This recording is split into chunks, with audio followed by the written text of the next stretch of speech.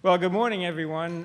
Thank you for coming. My name is Bob Bixby. I'm Executive Director of the Concord Coalition. Thank you for coming to our discussion, Budget Chaos in Context, Fiscal Lessons Learned in a Challenging Future. You know, when we came up with that title a couple of weeks ago, I thought it might be a bit hyperbolic. Events over the past few days have eased my mind on that, so I'm not so worried about budget chaos being warned about. I particularly want to thank our sponsors for this event, AFLAC. We're happy to have them here. The Concord Coalition is celebrating its 25th anniversary in 2017. From the beginning, we have always thought of ourselves as being more than deficit hawks, that we're just interested in balancing the budget.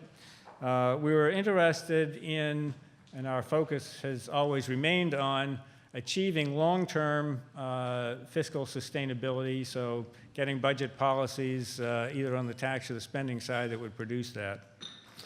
We think that that's both an economic imperative and a matter of generational responsibility.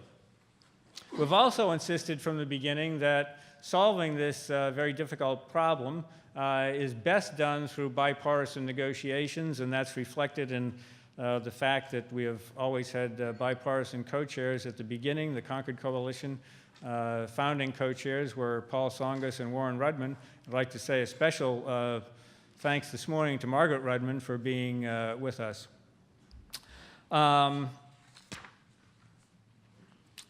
Throughout our anniversary year, we're going to be taking a look back at some of the lessons learned over that time, not just to take a nostalgic trip down memory lane, but to see how those lessons learned apply to the next 25 years and solving those fiscal challenges.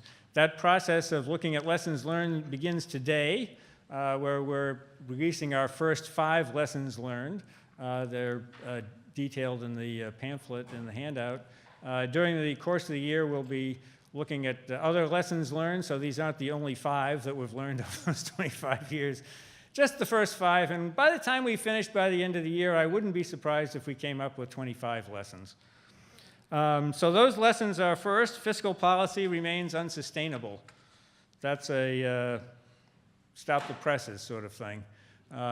Second one is demographics drive our long-term challenge. Third is that popular options like cutting waste, fraud, and abuse, or simply growing our way out of the problem aren't enough, even though we should cut waste and we should foster economic growth. Fourth, the independence and credibility of the Congressional Budget Office are crucial. We kind of moved that one up a little bit because we're getting a lot of talk about that. And so we can talk a little bit about that in the panel. And fifth, to end on an optimistic note, we've found over the years that the American people, if presented with credible and understandable information, can make tough fiscal policy choices, and politicians really need to take that into account, that if perhaps with proper leadership, some of these issues could be solved. So we'll get to all that in our discussion. But first, we're going to hear from 2 very distinguished observers and participants in the fiscal policy debates over the past 25 years, Mark Weinberger and Jason Furman. And as a Concord Coalition board member, Mark Weinberger gets to go first. Mark is the global chairman and CEO of EY, a leading global professional services organization. He was Assistant Secretary of Treasury for tax policy before that, and has also served on the Social Security Advisory Board. Particularly relevant to the Concord Coalition is that Mark was the Chief of Staff to the Kerry Danforth Entitlement and Tax Reform Commission in 1994-95. Worked for Jack Danforth back then. Jack Danforth and Bob Kerry now happen to be the co-chairs of the Concord Coalition. Mark is on the executive committee of the Business Roundtable, and he chairs their Tax and Fiscal Policy Committee. And so that's quite a background to lead us forward into taking a look at the fiscal challenges and solutions of the next 25 years. So Mark, it's all yours. Thank you.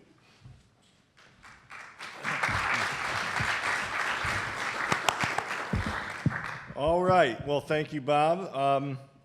It's an honor to be here. I am pleased that my being on the board gets me some privileges. I get to go first. I am a stand-in for Doug Holtz-Eakin, who would have been tremendous today. But I'm honored to be here to help celebrate the 25th anniversary of the Concord Coalition, and particularly honored to be part of an organization that Bob Kerrey and Jack Danforth, two of my former bosses, are on the board of, along with Congressman Tanner and Kessel. It is odd to be standing here, and I've known and learned about the coalition since as a young staffer. It's kind of like when I became chairman and CEO of EY, you know, the newspaper, the Scranton, I'm growing up in Scranton, Pennsylvania, they called my mom, and they said, you know, Mark, your son was just announced the chairman and CEO of Ernst & Young, and she said, and I quote, she says, "No one is more surprised than me," end of quote. So it is a real honor to be up here talking about such a great organization that I've seen from the outside for so long. Jack Danforth actually gave me my first job in Washington, and while I've had many jobs in business as an entrepreneur and many years as head of Ernst & Young now, I've never left Washington, you know, kind of like an entitlement. But he and Bob Kerrey had taught me a lot. They taught me about public service. The partnership showed me the power of listening and the power of compromise, how to build bridges and tackle the toughest issues, great leaders in a great time. And not coincidentally, they're the same values that define the Concord Coalition. When Paul Tsongas, Warren Rudman, and Pete Peterson founded the organization 25 years ago, they released a statement of the American people outlining their mission. And in it, they pledged to, quote, "tell the truth that are often obscured in our political dialogue, to work with our fellow Americans to shape the hard choices we must face as a nation, and to debate those choices with national interest and future generations in mind." And for 25 years, that's exactly what this organization's done. It's been a crucial voice in our politics and in our public debates. We've never been afraid to say the truth, even when they're unpopular. And today, I think we all would agree that that work and the perspectives are more crucial than ever. Certainly a lot has changed in the last 25 years.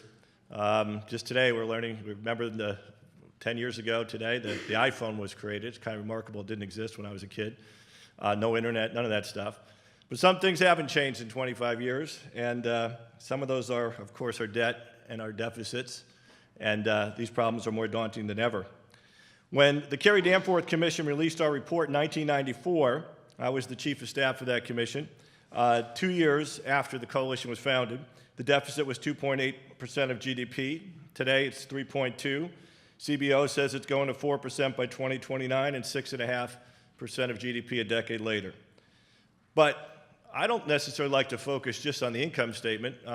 You know, working in a large accounting firm, you know, and you look at the income statement, if you have deficits and you're investing, that's okay as long as your balance sheet is strong. But we know we got a bigger issue when we look at our balance sheet as a country. In 1994, the national debt was $3.5 trillion. Today, it's $14.5 trillion. Gross debt is close to $19 trillion. It's even more striking when you look at it as a percent of GDP. In 1994, it was 48%. Today, it's 77% of GDP. And in less than 30 years, if we stay on this path, the debt is on the track to more than double to 140% of GDP in 2046, well in excess of the historical high after World War II. Now, it's no secret what's driving these problems. As a country, we've put an enormous amount of spending on autopilot. Basically, entitlements and interest on the debt. And every year, these costs are going up and up and up. Last year, nearly 70 cents on every dollar the federal government collected was automatically spent like an automatic teller machine. So the government collects a dollar, 70 cents goes out right away for transfer payments, for entitlements, interest on the debt. 30 cents are left for discretionary spending. Of that 30 cents, about 15 cents are left for defense, which is, some would say, not enough in the current environment.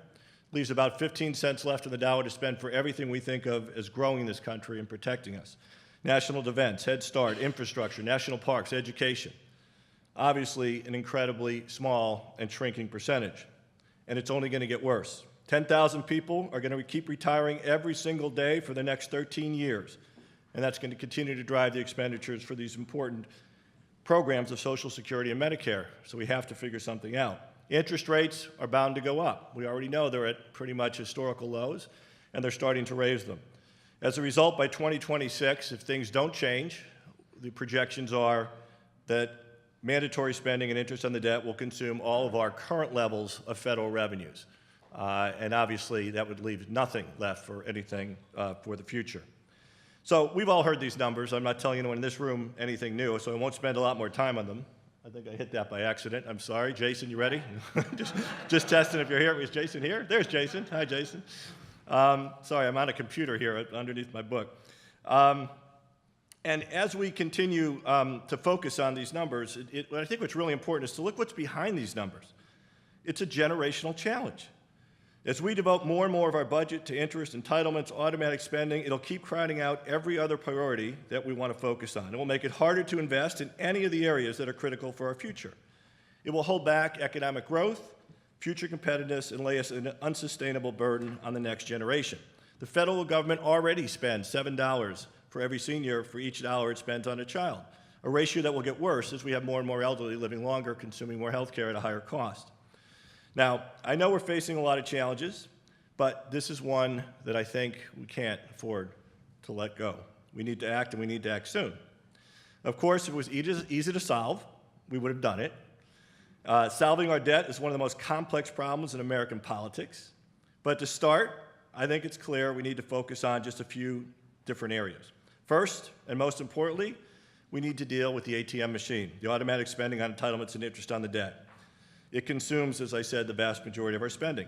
Both Jack Danforth and Bob Kerrey have been incredible heroes on this. They highlighted this issue 25 years ago, and it's still out there. It hasn't obviously gotten any better. At the same time, it's not just cutting expenditures. You cannot cut yourself to growth.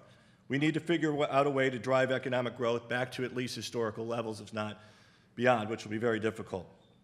But let's be honest, there's not an easy solution to any of this. So if we're going to ask people to give up some of their long-term benefits, if we're going to ask politicians to go out there and try and sell, we need to slow the growth in these important programs. We also need to make sure they feel confident in their jobs and income currently, unless they're not going to be willing to do so. It means we need to think about things that will grow the economy. I think tax reform is one of them. Skills training is another. Infrastructure is incredibly important, one that we've ignored for too long. But before we can do any of these, we need to do something about the politics and dysfunction that have been holding back Washington. We've been gripped in short-termism. It's not just a Washington issue, it's a corporate issue around the world. Quarterly profits, share buybacks, dividends, no investments in research, long-term skill training. We see the same thing here in Washington. We need to take a hard look at how we handle our budget process and how our leaders can be incentivized to look beyond the next election. This is critical to regaining the public trust. This trust has waned incredibly in recent years because without that trust, our leaders will never have the license to be able to deal with these tough issues. If we want to put our nation back on a sustainable path, we need to create the muscle memory in our system to tackle big challenges once again. So with the remainder of time today, I'm going to talk a little bit about each of these. I'm going to start with entitlements because, as I said, they're at the core of our debt challenge. We simply, absolutely cannot solve the problem without doing something about this issue. Now, let me say at the outset, I know this is politically charged. When I was the chief of staff of the Entitlement Commission, as a staff, we put out a whole list of options that you can look at to slow the growth of entitlements and raise revenue to offset this long-term imbalance. And shortly after we put it out there were 650,000 postcards that came to our desk and says, Entitlement Commission staff is killing the elderly. That's what they said. And there was only one staffer that was listed in each one of these postcards, Mark Weinberger. And it was a rude awakening as a very young staffer back then as to the political nightmare that I just walked into. It got so bad even my own mother wouldn't return my phone calls. And so this is not for the faint of heart, and there's a reason why it hasn't been touched in all these years. But we know we need to deal with it. Social Security and Medicare are getting closer and closer to insolvency every day. According to the last official estimate, Social Security Trust Fund will no longer be able to pay out full benefits by 2034. So there could be a cut, I think, by up to a third or 20-some% if we don't deal with it. Medicare Trust Fund is set to run out even sooner by 2028. Disability Trust Fund is virtually there. So we need to modernize these to save the programs as well. And I don't have to tell you about that. Talking about entitlement reform is a lot easier than actually doing it. But the good news is there's a lot of work that's already been done. And it's sitting out there on a lot of different shelves with a lot of dust on it. and it just hasn't been picked up lately. If we look at the major issues, I remember back in the Kerry Danforth Commission, we do need to raise the eligibility age, in my view, for Social Security and Medicare. I mean, when Social Security was created in the 1930s, if you were an adult, your lifespan was 65 years old, the same age that you were basically eligible for benefits. They had it right. Today, you're going to live to late 70s, 80s, a quarter of your lifespan in collecting benefits. And that's just not what the system was created for. And so we have to figure out a way to deal with that. There's ways you can ameliorate the problem. It's not for existing elderly, and you can have early benefits for some people in difficult industries where they're not going to be able to work longer. There's a lot of things you can do, but you have to recognize you can't have these programs for a quarter of your lifespan and pay for them with less and less dependents who are paying payroll taxes for more and more elderly that are more and more expensive. And so it is a real problem that obviously we all know we have to deal with. I do believe in means testing. I understand what that does. I understand it takes it away from this belief that these are insurance programs pre-funded and ready out there. But none of these insurance programs, AFLAC wouldn't underwrite any of them under the current funding. And so bottom line is they have to be, in my view, looked at. You got to look at this cost of living adjustments, adopting changed CPI. You got Gene Sterling here, who's done more work on this than I'll ever do. So you're going to hear from a great panel as well, and from Mr. Furman, who have looked at these issues for a long time. So I'm just raising the problems. They're going to fix them when I leave here. Yeah, absolutely. And healthcare, healthcare will be finished by July 4th, I think they said, right? So we should have that all finished. Obviously, we need to have a system that's going to provide healthcare to those who can't have it, but we also need to bend the cost curve. It's just impossible to continue to afford it under the current system. That's the more difficult problem, obviously, than the Social Security issues. So these are many of the challenges out there, and they each come with their own pluses and minuses. But what we do know, if we don't fix these problems, the debt gets bigger. We'll have weaker economic growth. We'll have less security. And we'll have future retirees even more at risk than they are today. So let me talk for a moment about economic growth. As I said at the beginning, you can't cut our way to getting out of this problem.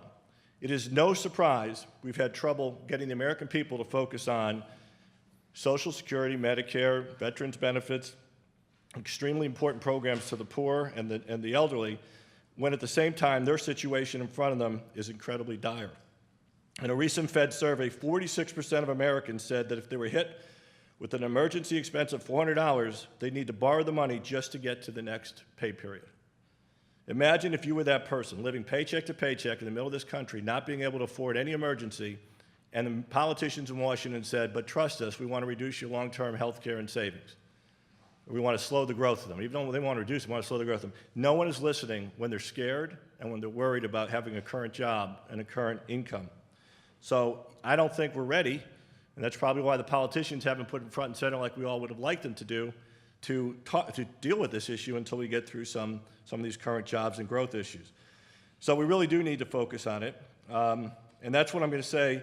I know it won't be very popular, but I think you're going to see probably in the short term deficits that will be aimed at trying to stimulate the economy before we get to fixing our balance sheet. That's because in the immediate term, I think when you look at economic growth and you look at the kind of things that are going to drive it, talk about them in a moment, it's really hard to do on a deficit neutral basis. It is absolutely essential it's done on a fiscally responsible basis, but deficit neutrality will be tough. In addition to tax reform, which I said is, I think, crucial, smart investments in our future, smart investments in worker training and jobs, infrastructure, all cost money. On tax reform, I think it's important to just think about it, because you look at how the world has changed over the last few decades and why I think this is so important.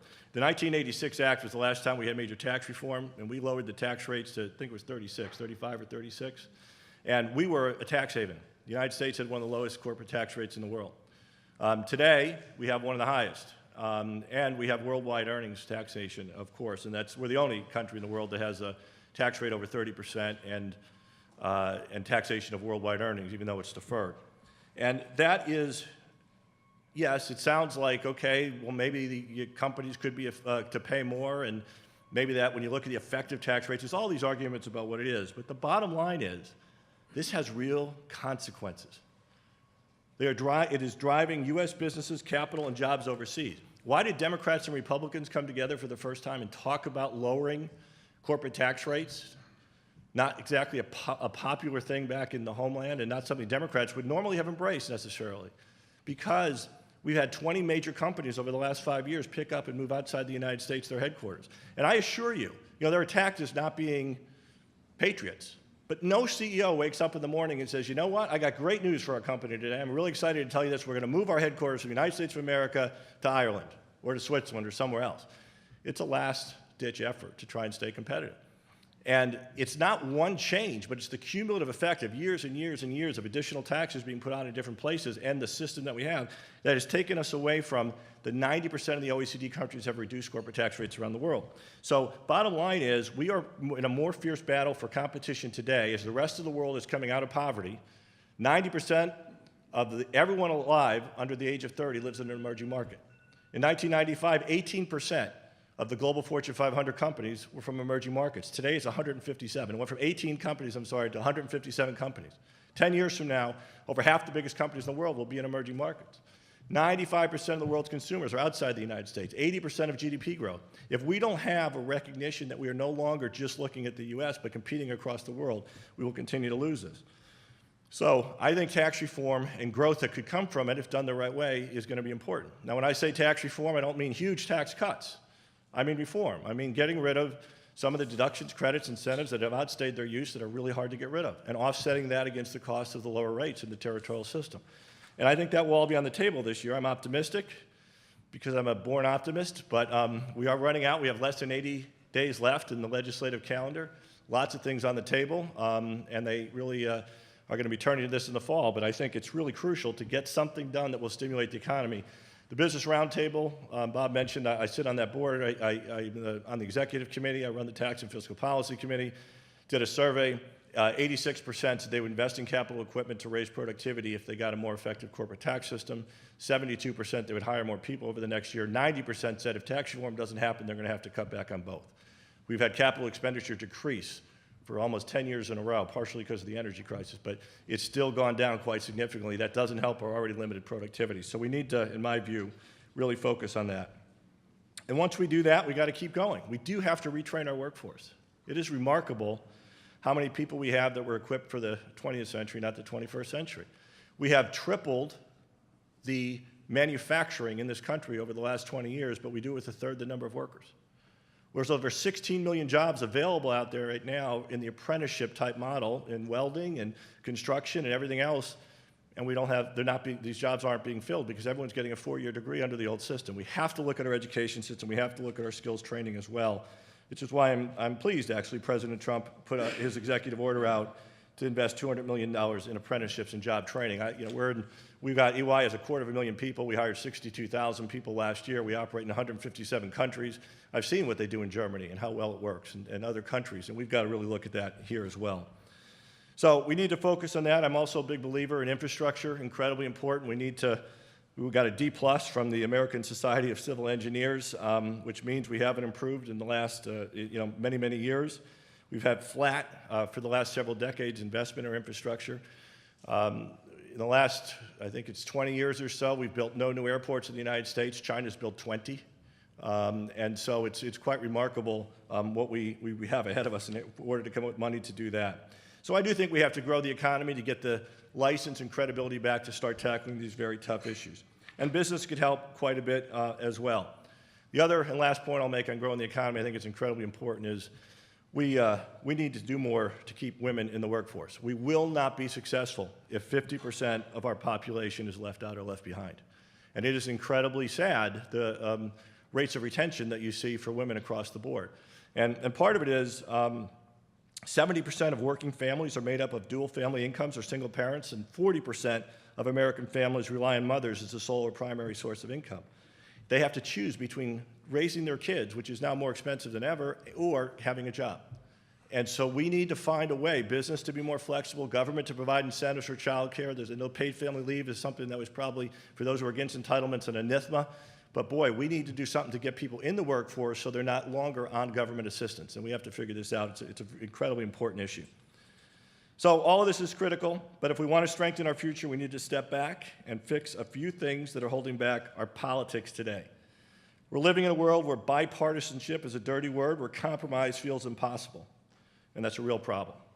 It's because we need both parties at the table if we want to solve these issues. Not just their votes, we need both parties' ideas.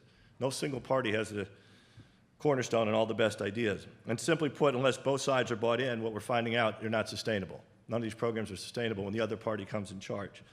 But the problem right now is that the incentives in Washington are to keep our politicians laser focused on the next election. Members of the House have to run every 2 years, putting their mindset on permanent campaign. And with gerrymandering, we have a situation where there's no incentive to reach across the aisle because all these districts are set up where you're either right or further right or further left. And that's where you have to move. And if you compromise, your seat is in danger. So a real political issue that I think needs to be looked at. And so hopefully these things will be on the table in your discussions as well. The media does bear some responsibility because it gets far more viewers and subscribers when it's tuning in for horse race politics than real policy discussions. During the 2016 presidential debates, debt and entitlement spending each got one question in just one debate, while every debate went into Clinton's emails, WikiLeaks, the Access Hollywood tape, and Trump's tax returns. We want to know why the American people are so focused on that? Because we're not asking the tough questions. There was one question around the debt, and it said, why are you ignoring this problem? And that was it. So as a result of all these factors, we're stuck in a system when the majority almost never tries to reach across the table. That's why you have the Republican Congress now seeking to pass health care in a purely unbelievable process, reconciliation, which is trying to straitjacket all of these issues into a 10-year budget deal with all these requirements, incredibly impossible. The Democrats did the same thing when they put the ACA Act out there. Bush did it in 2001 when I worked with him and we did the Bush tax cuts. Incredibly difficult if you're trying to do something one party alone to get policy and through the process that's going to be really make sense from a policy standpoint. But it doesn't have to be this way. I think we've all seen in our careers and times in Washington again and again that compromise between parties is possible. President Ronald Reagan, House Ways and Means Committee, Dan Rostenkowski, Republican and Democrat, got together and gave us the '86 Tax Act. George H.W. Bush, Speaker Tom Foley passed the 1990 Budget Reconciliation Act. President Clinton worked with the House Republicans to pass the Balanced Budget Act of 1997. It can get done, but it's not easy. And some of the things we've seen lately with gerrymandering and budget process and others, I think, have made it harder. But these leaders have proven that public service can be good, honorable, people working differences together to figure out greater goals. Public service at its best is an honorable mission to make a positive difference, and it can do so again. I would argue there's a lot more agreement on many of these issues, entitlements and taxes, if you're not talking pure politics. We need just to rediscover how to work together. Gets you to my last point, which is trust. If we can do that, if we can work together, if politicians didn't run every year bashing each other so much, and that's all that people see in the American people, and they think that's why the numbers are so low, then maybe we would have that public trust, and that would give them the license to deal with these issues. So we talk about the Social Security Trust Fund, we talk about the Health Fund, but the deficit in trust in politicians in America is really, I think, what's slowing us down on all these issues. And if we want our leaders to do that and address them, I think we, again, have to start with economic growth. Since 2008, the struggles of the American people after the financial crisis have lowered the confidence in government institutions, business institutions to historical low. The only ones lower than big business right now is Congress. And it's really hard to make big, tough decisions when nobody trusts you to do what's right for them. And so we have to get that feeling back here somehow. I think this is actually one of the biggest reasons we saw, and this isn't just a U.S. issue, by the way. This is what got Macron to election in France, a new party that didn't exist 2 years ago. It's why probably Donald Trump is elected president of the United States. It's why Brexit happened. This is an issue of slow and a less inclusive growth all around the world. So, in conclusion, I know these are all big challenges, and in Washington, nothing changes overnight, but the cause is urgent as ever. It gets more urgent every day. It's up to all of us, I think, to keep talking about this, to keep advocating it. It's why I'm so glad that we have the Concord Coalition. In our 1994 report, we wrote, America is at a fiscal crossroads. If we act, we can help ensure continued growth and prosperity. But if we fail to act, we threaten the financial future of our children and our nation. It was true then, it's true now. The moment demands action from us and leaders, but it also requires that we stay vigilant. We can't rely on others to do this because we know it probably won't get done. So that's why I'm proud to be on the board of the Concord Coalition. And Bob, all your great work that you're doing. And I thank everyone who's participating today, and I think and hope we're all up to the challenge. Thank you very much.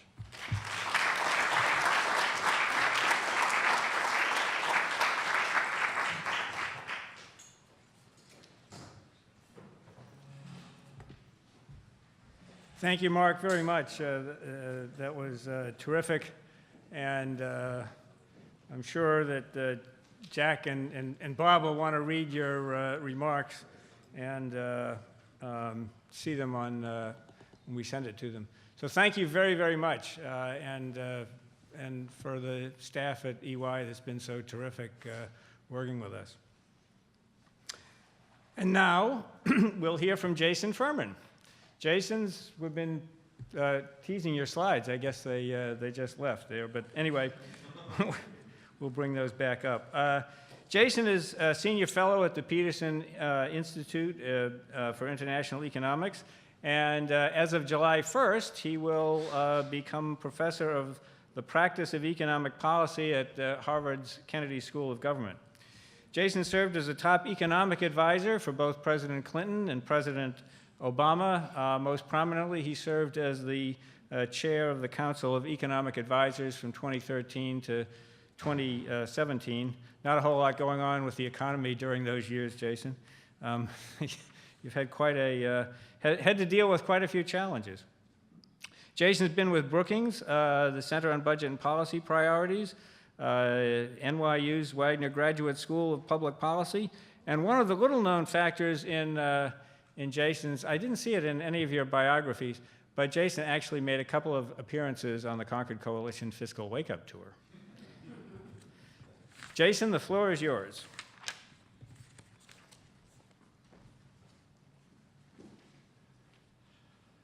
Bob, thank you so much. I remember waking the people of Iowa up together shortly before I joined a campaign and put them back to sleep. I was very excited when Bob invited me to this. And normally, I think it's bad form to read confidential email exchanges in public. But I think in this case, I'm going to make an exception. So when Bob wrote me to invite me to speak here, I wrote back, "I'm flattered you would ask. As you know, the deficit is one of my concerns, but I think it rates lower on my list in magnitude and urgency than it does on yours. I would fully understand if you wanted someone more completely in sync with your thinking." To which Bob responded, "I'll take my chances on the message. Although I agree that there is some difference on the priority and urgency of deficit reduction, there are also some key points of agreement." And then he very importantly added, "And don't worry, I'll be sure to gather a panel of deficit hawks to warn of the impending doom." So looking forward to you, Maya. So this will be my audition for the Concord Coalition Board. In all seriousness, I've followed the Concord Coalition's work for most of my own adult life where I was aware of public policy. I think every group in Washington has a really powerful lobbyist to defend the interests that they have in the present. The future is one of the most important constituencies, and it's one with many fewer defenders. In fact, I think all of the defenders of it are currently gathered in this room today. So if anything happened right now, the future would be left without any advocates at all. And that's really critical because you can't ever look at a piece of public policy and evaluate it just by its impact on the present. Every one of them has a ramification for the future as well. So what might look like a tax cut today would really be a tax shift to the future. What might look like a benefit to someone today is a benefit that's going to somehow be paid for in the future. And that is just, I think, heroic and a genuine service to be constantly advocating for that the way you have, Bob, for decades and so many others in this room. And what I want to say is that rather than coming together every time and bemoaning how horrible everything is, how we're about to have a fiscal crisis, how everything gets worse and worse, that we should actually celebrate a little bit of the success that this movement and this process has had. So I'm going to be talking about, Oh, right. So I'm going to be talking about four things. The first is how our fiscal situation has changed since 1992, when the Concord Coalition was formed. Then I'm going to use 2010 as a base to look at how it's changed since Bowles-Simpson, talk about what I think some of our fiscal challenges are going forward, and then finally put down on the table what I think is a feasible path to deal with our fiscal imbalances. But first, how things have changed since 1992. There's a temptation among all advocacy groups to just talk about how everything's terrible, getting worse, and about to destroy whatever it is. You see that with environmental groups, you can see that with anti-poverty groups, and sometimes you can see that with deficit groups. I think a realistic appraisal of the way in which some bad things didn't happen, some good things actually did happen, isn't an argument for not doing anything. It's actually an argument for one's success and to do even more. So let me put that in a little bit of context. The first, and some of this covers some of the same ground that Mark did, but unlike him, I need slides to convey any of the points. So starting with how things have changed since 1992. In terms of levels, the deficit has come down from 4.5 to 3.2% of GDP. If you look at the structural deficit adjusted for the cyclical situation, that's also down a little bit.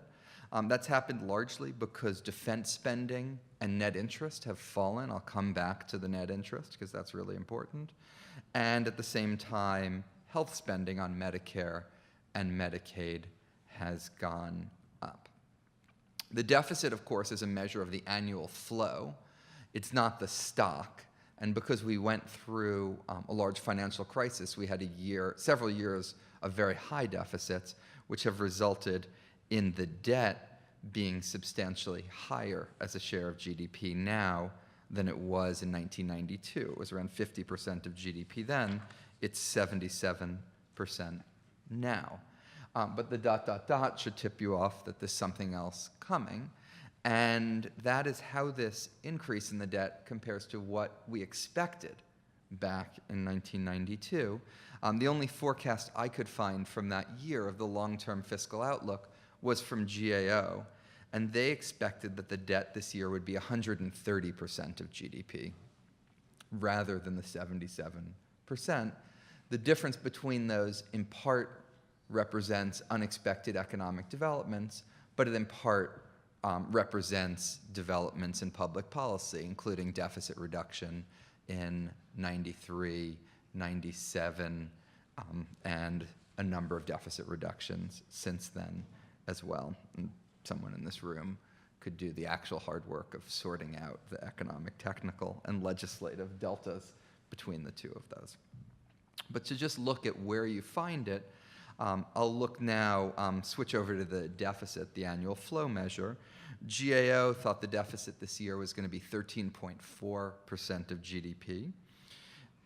Carrie Danforth Fiscal Commission's forecast was a little bit lower than that. And CBO in 1996 had the deficit for this year. They expected it to be 7.4% of GDP.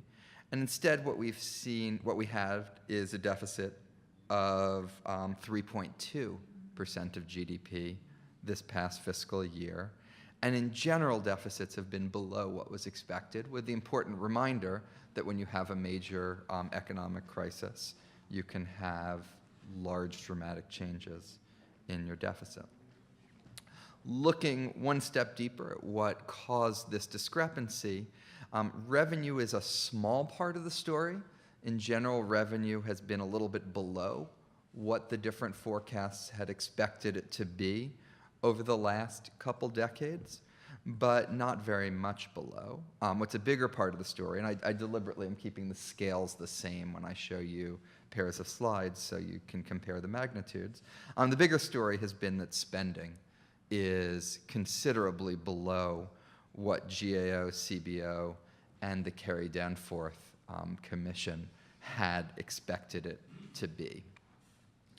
That fact that spending is below is not because of discretionary. That is roughly where Carrie Danforth, which is the only one of those three that did a discretionary number, expected it to be at. It's not because of Social Security, which has tracked almost exactly what CBO expected and what the Social Security trustees' forecast of 1992 was. And by the way, the solvency date for Social Security now, I think, is within a year of what the 1992 projection for the solvency date was. So those forecasts have been remarkably accurate, largely because you're forecasting demography. The big thing that was different is health spending is well below what was expected, about 3 percentage points below.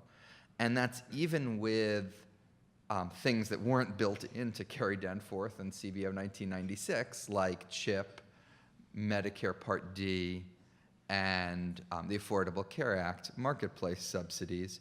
Even with all of those, health spending has risen as a share of the economy, but has risen a decent amount less than what was expected. The even larger source of the forecast error was, including Medicare, which has been below expectations.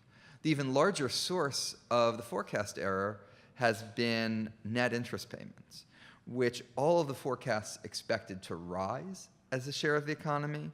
Instead, they've defied what any of us would have expected and actually fallen as a share of the economy. And if you had told anyone in this room that we would see the debt rise to 77% of GDP, but you would see interest rates so low that interest payments as a share of GDP would be very close to the lowest they've been in the entire post-war period, I think that would have been the single most surprising thing. In fact, if you look at the economic forecasts, we're disappointed about our growth rates lately. Our growth rates are faster than what the forecasts from the 1990s had assumed they would be now. The forecasts of the early 1990s, remember, were before the productivity boom. We got our hopes up after that productivity boom from 95 to 2005, but prior to that, we never expected that we'd be growing at much faster than 2% now. So the big economic surprise has been that interest rates are 4 to 6 percentage points lower than what was expected. That's an important reminder in two senses. Number one, the degree to which these long-run forecasts are driven by two things: assumptions on health costs, and then the interest that that generates spiraling in one direction or another. So be a little bit aware and caveated when you look at those long-term forecasts. But the second thing, though, is interest rates giveth and interest rates taketh. And if interest rates go up again, that multiplied by 77% of GDP, rather than what the debt used to be, 35% of GDP, that would have a bigger impact on our deficit. And if you look, CBO does expect those interest rates to rise some. If we're wrong by 4 percentage points in the other direction, though, and they rise even more than CBO said, that would be quite problematic for our fiscal situation. So that's how things have changed since the Concord Coalition was formed in 1992. Now I'll do a similar exercise more quickly since 2010. And I picked 2010 because that was the year in which there was a particularly intense focus on our fiscal situation. The Bowles-Simpson Fiscal Commission was deliberating and released their report at the end of that year, and you know, a lot of people were going around talking about, appropriately so, about our fiscal problems. So first of all, here is the June 2010 alternative fiscal scenario from CBO. They expected the debt to be rising to 308% of GDP. It's been pretty much below that the whole time. Now it's expected to rise to 150% of GDP. The methodology between these two isn't constant. At CEA, spent like a month trying to sort out constant, and you basically got the same story, but the two compressed a little bit, but I wasn't able to reproduce that. So slightly exaggerated version of that reality. The interesting thing, though, is to look at the subcomponents and try to understand what happened. So this is the Bowles-Simpson baseline. They expected the deficit to never get below 4% of GDP. Their proposal would have put us on track to deficit of 1% of GDP by 2020. We were tracking Bowles-Simpson for a while, but now we've risen and we're more like 3% of GDP, roughly halfway between the baseline that they were assuming and the forecast and the proposal that they made. The reason we've had less deficit reduction than what Bowles-Simpson called for is largely because revenue is way below what Bowles-Simpson wanted. Now, there's two different columns here, and bears a little bit of explaining before I go through and interpret it. And it depends on whether you think Bowles-Simpson was targeting nominal dollars or percent of GDP. So take discretionary outlays, for example.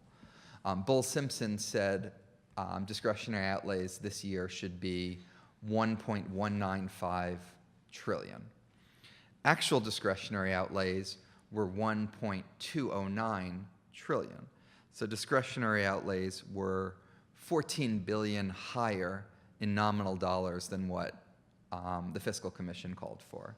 So you could interpret that as saying discretionary was roughly what the Fiscal Commission wanted. The thing is, GDP in 2017 was a lot lower than what the Fiscal Commission was estimating. So if you look as a share of GDP, discretionary outlays in their budget were 5.8%, adjusting for a methodological change. And this year, the actual is 6.3%. So looked at that way, discretionary outlays are 0.5% of GDP higher than what they said. Mandatory are, in nominal dollars, actually even lower than what were called for under the Bowles-Simpson. So largely because health spending slowed more than they expected, mandatory outlays are below what they wanted us to get to, even with all of their health proposals, many of them sensible, many of them I wish we had done. We didn't, but we did better than what they said. Anyway, as a percent of GDP, we did about the same. The big difference is that our revenue in nominal dollars this year is 673 billion below what Bowles-Simpson called for, or 2.2% of GDP below what they called for. I'm doing this in part because I remember, tons and tons of people who still to this day say Bowles-Simpson was reasonable, Bowles-Simpson was the right place to start, Bowles-Simpson was the way to go. And for those people, it's worth looking at. We didn't do it in 2010, but let's say we wanted to do Bowles-Simpson now, and we wanted to get back to the exact same numbers that they had proposed back in 2010. What would it take to do that?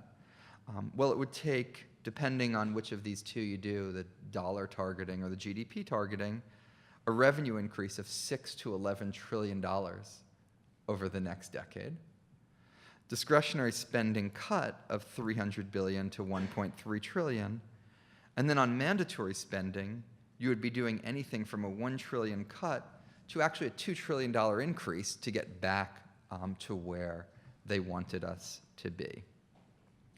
I don't mean this as, my proposal, bipartisan proposal to deal with the deficit is that we should raise revenue by $6 to $11 trillion over the next decade.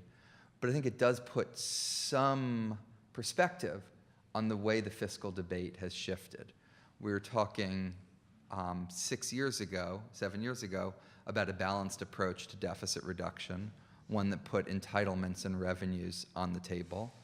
That's the type of approach the Concord Coalition has advocated since its founding.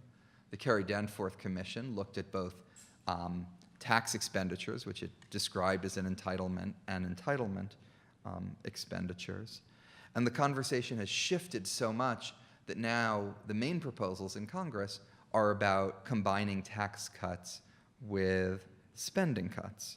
For any of the people that thought Bowles-Simpson was reasonable, you could either reproduce a framework like theirs with a balance between the two, or you could say, let's get back to where they said and support a $6 to $11 trillion revenue increase. Want to leave the retrospective score-settling grudges and move on to where I think we are today and where we should go in the future, and talk about our fiscal challenges going forward. And I think most of what I'm going to say is actually very similar to what Mark said before me, and I think is indicative of the bipartisan consensus around these issues. I think we have 5 fiscal challenges that I'm going to talk about. The first is the way we collect taxes. And in particular, we have a very high statutory rate for corporations. This shows that we're the highest in the G7. You could put all the other countries in the world up, and we'd be higher than all of them except arguably the United Arab Emirates. And the right side shows the average effective tax rate, where we're about the middle of the G7. The right picture isn't an argument for not acting, but it is an argument that we could collect taxes in a much less stupid way than we're collecting them today, and we could solve that statutory rate problem without exacerbating another problem we have, which is the budget deficit, instead dealing with taxes on tax reform on a revenue-neutral basis. The second fiscal issue we have is the composition of spending, and in particular, too little investment. Infrastructure investment used to be about 3% of GDP. It's fallen. R&D, I think, is actually potentially a higher return than infrastructure, and has fallen a lot more as a share of GDP. You've seen private R&D rise even while public is falling, but private doesn't do the same types of basic, long-term, speculative, high spillover investment that the government does. And then Mark referred to the problem of female labor force participation. I agree with that. Add to it the problem of male labor force participation. And on this scale, you can't see it, but I think part of the issue is that what we spend on active labor market policies, training, job search assistance, work subsidies, has fallen continuously as a share of GDP, putting us the lowest of any of the advanced economies in the OECD in spending in that area. So that's the second issue, is the composition of spending. The third is, and here I'm probably straying a little bit more into something that is, it is a debate and reflects a different set of values, but I certainly think the level of spending that the United States is relatively low in comparative perspective. We're about 37% of GDP, putting us near the bottom of the advanced economies in the OECD. And in terms of taxes, we're at 34% of GDP, just above Ireland and below everyone else. And I think it's hard to do a lot of what we want to do in terms of infrastructure, research, active labor market policies, to give the examples before, while also doing things in terms of taking care of people and investing in our children that I think are particularly important. The fourth issue is one that I think is much better appreciated today than it was in 1992, in part because of economic developments since 1992. And that is the importance of countercyclical policy. So rather than looking at taxes or spending individually, looking at the levels of them, it's the difference between them in recessions. If you look at this chart, what it shows is that the magnitude of your automatic stabilizers is very much related to the size of government. And the United States has among the lowest automatic stabilizers of any of the countries, largely because we have a smaller government than most of the other countries. And this lack of automatic stabilizers and increased controversy over the use of discretionary fiscal policy is a big problem in a world where interest rates have fallen for all the advanced economies pretty much continuously since the Concord Coalition was formed in 1992, I think was the peak of global interest rates. This means that the Fed has less room to cut rates in a recession with less scope for conventional monetary policy. You can make up for it with unconventional policy, which plays a role but has a set of risks. And you can also make up for it with discretionary fiscal policy or with automatic stabilizers. And I've argued in something I've called the new view of fiscal policy that those are even more important than we ever thought they were before. And last but not least, the fifth issue, and the one that is really the focus today, is not the composition of taxes and spending, not the level of them, but the difference between them, which is what most people would call the deficit, which, if you look at this, is not terrible. It's around 3% of GDP. It's going to be flat there for the next couple of years. That's consistent with a debt that's roughly stable as a share of the economy.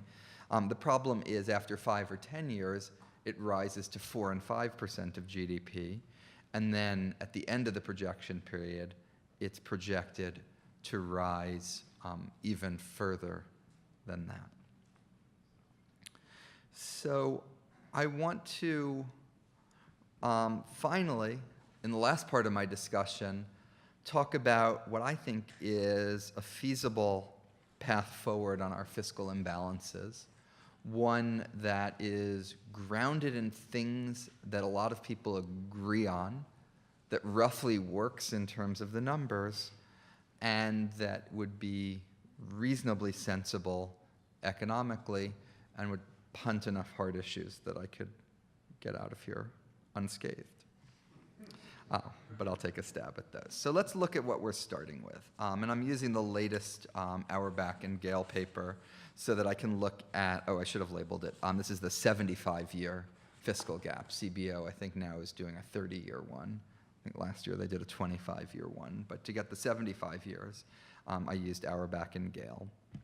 And this is their fiscal gap, assuming future tax cuts and spending increases, and I'll get into what that assumption means in a moment, is 4.2% of GDP. So that says right now you would need to raise all spending by cut all spending by 4.2% of GDP, or raise all taxes by 4.2% of GDP to stabilize the debt as a share of the economy.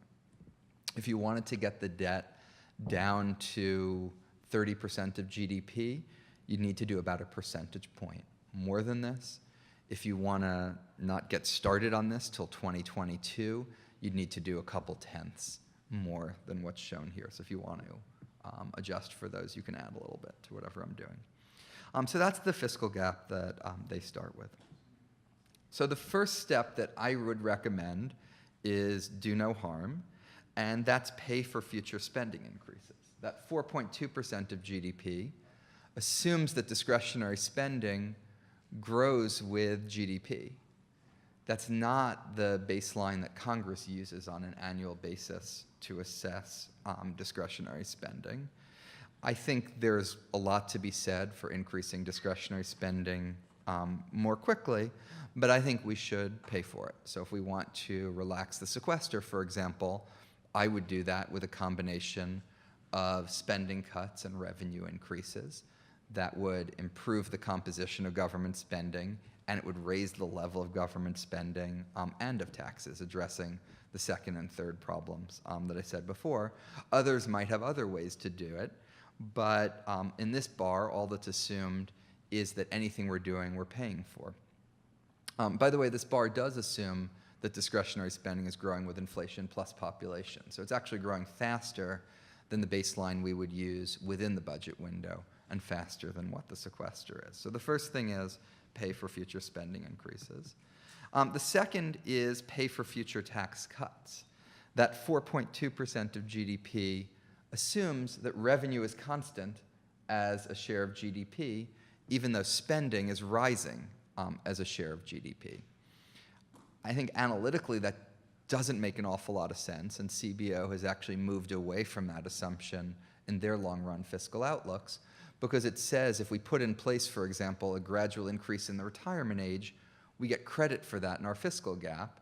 If we put in place a gradual increase in taxes, that doesn't reduce our fiscal gap because our fiscal gap assumes that taxes are constant as a share of GDP. So I don't think it makes sense to worry about the dynamics of spending that will happen automatically while assuming away the dynamics of revenue, even though in some cases those dynamics were on purpose. For example, the net investment income tax in the Affordable Care Act starts at incomes of $200,000 and $250,000.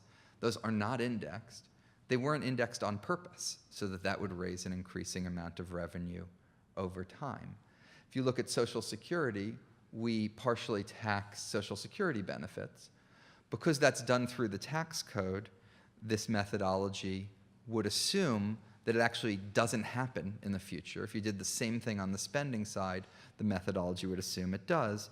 So all this says is if we want to do any future tax cuts, you have to pay for them, or else you don't do them.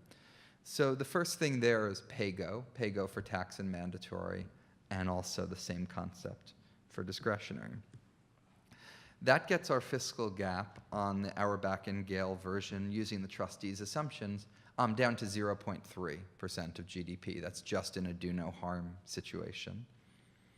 Then the next thing I do is get to solvency for Social Security, which lowers it by another percentage point, solvency for Medicare, which lowers it by another 0.3, and that would leave us with a fiscal surplus of 1% of GDP. It's enough to put our debt on track to being about 30% of GDP after 75 years. Now, Social Security and Medicare solvency from this framework could be anything. You could do that entirely through spending. You could do that entirely through revenue. In fact, you could create a brand new general revenue stream and put it into Social Security and Medicare if you wanted to. In a sense, what they're acting as is scorekeepers, just a way to measure the size of the fiscal problem and make sure that you eventually deal with it. If I had to put my own cards down on the table here, for the future spending increases I told you, I'd pay for sequester with a mix of spending and revenue. I wouldn't do any future tax cuts, so I wouldn't have to pay for them. For Social Security solvency, my favorite provision there is the best idea Republicans ever came up with to raise Social Security benefits, and that's to broaden the payroll tax base to include employer contributions for health insurance. If you tax those employer contributions as income, you'd bring a lot more revenue in. Taxable income would go up, so your benefits would go up, and you could actually combine that with a bit of benefit cuts that would leave a lot of people paying more, getting more, and paying it in a more efficient way that would reduce health costs over time. Medicare solvency, I think there's things you could do on the beneficiary side, which we didn't touch, with the exception of means-tested premiums in the Affordable Care Act, so things on cost sharing and and there's more that could be done on certain provider payments, Medicare Advantage, drugs, not all of which shows up in hospital insurance, of course. This is all the trustees' assumptions. The trustees are a little bit more optimistic than CBO. If you look at CBO, the fiscal gap is 6.2, but the Social Security and Medicare solvency numbers are even higher under CBO. So the same framework would also eliminate your fiscal gap. They didn't do a Medicare solvency number, so I was taking a bit of an educated guess, but maybe one day I'll figure out what it would be there. To talk about the advantages of this approach, first of all, it's grounded in broad existing agreement. If you look, Congressman Sam Johnson and Senator Bernie Sanders have both put forward plans that would address the solvency in Social Security. One does it all on the spending side, one does it all on the revenue side, but both of them agree on the same magnitude of 75-year deficit reduction to come from Social Security. The second is I think it's a feasible but meaningful line to draw and defend. I don't think it would have been feasible to say pay-go off the CBO current law baseline 10 years ago when you had massive expiring tax cuts, but you don't have those anymore. So I think this actually is a line that one could defend, something Maya has called speed bumps. A third is that this is agnostic on the debates over the size or role of government. I told you how I'd fill in those different pieces. Others might fill them in differently. But then an important one, I think a message for everyone seeking the big deal, and I worked really hard to try to get that big deal in 2011 and 2012, and I continued working in 2013 on it, is that this says it can be done in stages. You don't need to solve Medicare 75-year solvency tomorrow. You just need to keep that number there and keep kicking it forward. If you did it every decade, that actually might be better than doing it all at once because you learn more over time. Social Security, you could do this every 30 years, and then PAYGO is the only one you need to do every year, every law, every bill, with the exception of recessions.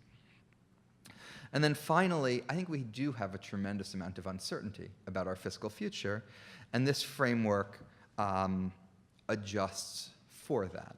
Because the solvency of Social Security and Medicare, as I showed, CBO is much more pessimistic than the trustees, but that just means that to get 75-year solvency on CBO, you have to do more than you would have to do on the trustees. So to some degree, the magnitude of what you're doing is commensurate with the problem that you have.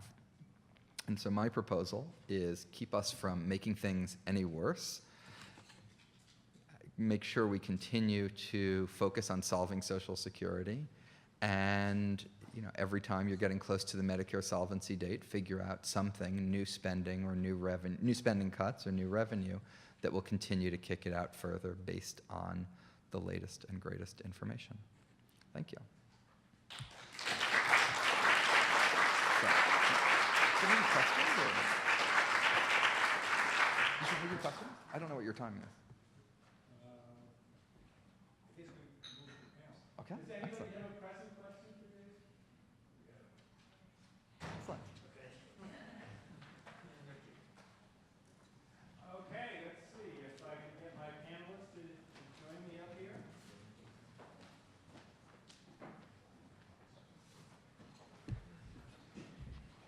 Thank you, Jason. I think your students are in for some good lessons learned, and I've said this privately, so since you've related some private email from where you guys started in 2009, Jason, when you came in as the economic advisor, to where things ended up when you left was really quite an accomplishment of stabilizing the economy. So I think your students should listen to what you have to say about this. So I'm going to be joined now for a panel discussion where all will be revealed and solved. We have Maya MacGuineas, head of the Campaign to Fix the Debt and president of the Committee for a Responsible Federal Budget. Stuart Butler, senior fellow at Brookings. Diane Lim, principal economist at the Conference Board. And all have been involved in various times with the Concord Coalition on our fiscal wake-up tour and other matters. So we're going to have the panel discussion now. What we're going to do is each of us will have a few minutes of opening, and I don't know if the microphones are working or not. Yeah, here we go. So. And then we'll have a discussion and take some questions. So I'm going to go first and say a little bit about the 5 lessons learned that we are releasing today. And I would just say, again, that these are not the only 5 lessons that we've learned, but we're going to be releasing more throughout the year. But first is this something that both of our speakers alluded to, that fiscal policy is unsustainable. That was true 25 years ago and is still true today. But the important thing about it that I take from this and would want to get across is that it is the problem that we have is a structural problem with the deficit. And this is with the budget. And this is the thing that is really I think most important, because we find a lot when we do our fiscal wake-up tours and going around the country that, you know, a lot of people naturally have the feeling that Congress determines the budget on a year-by-year basis, and this is a matter of Congress going on a spending spree, or, you know, maybe, you know, they didn't raise enough money that year, or maybe there was a military adventure or something. You know, the budget does fluctuate year to year on an economically cyclical basis, but the real problem that we have with the budget is that spending is pre-programmed to grow faster than the economy and faster than revenues. And so over time, even if the budget improves for a time, you get back to this constant struggle. So in order to really make progress, we need to unwind that or do something to address that basic underlying structural deficit. The other thing is that what's important about this is that it really isn't just about numbers. It's not just a scorekeeping issue. This has long-term economic effects that will affect every American adversely by declining standards of living, by, you know, what we can do. You know, does it drive investments out of the budget? Does it increase interest costs? So for any long-term projection, you know, getting the budget under control, the deficit under control, is actually a growth strategy when you're talking about long-term projections. The second point that we make is that demographics are at the heart of this problem. We'll have more to say in later findings about healthcare costs, but you put those two things together, and it's a big part of the problem. But you know, demographics is the part of it that we can't do a whole lot about within, you know, the bounds of what's, you know, socially acceptable.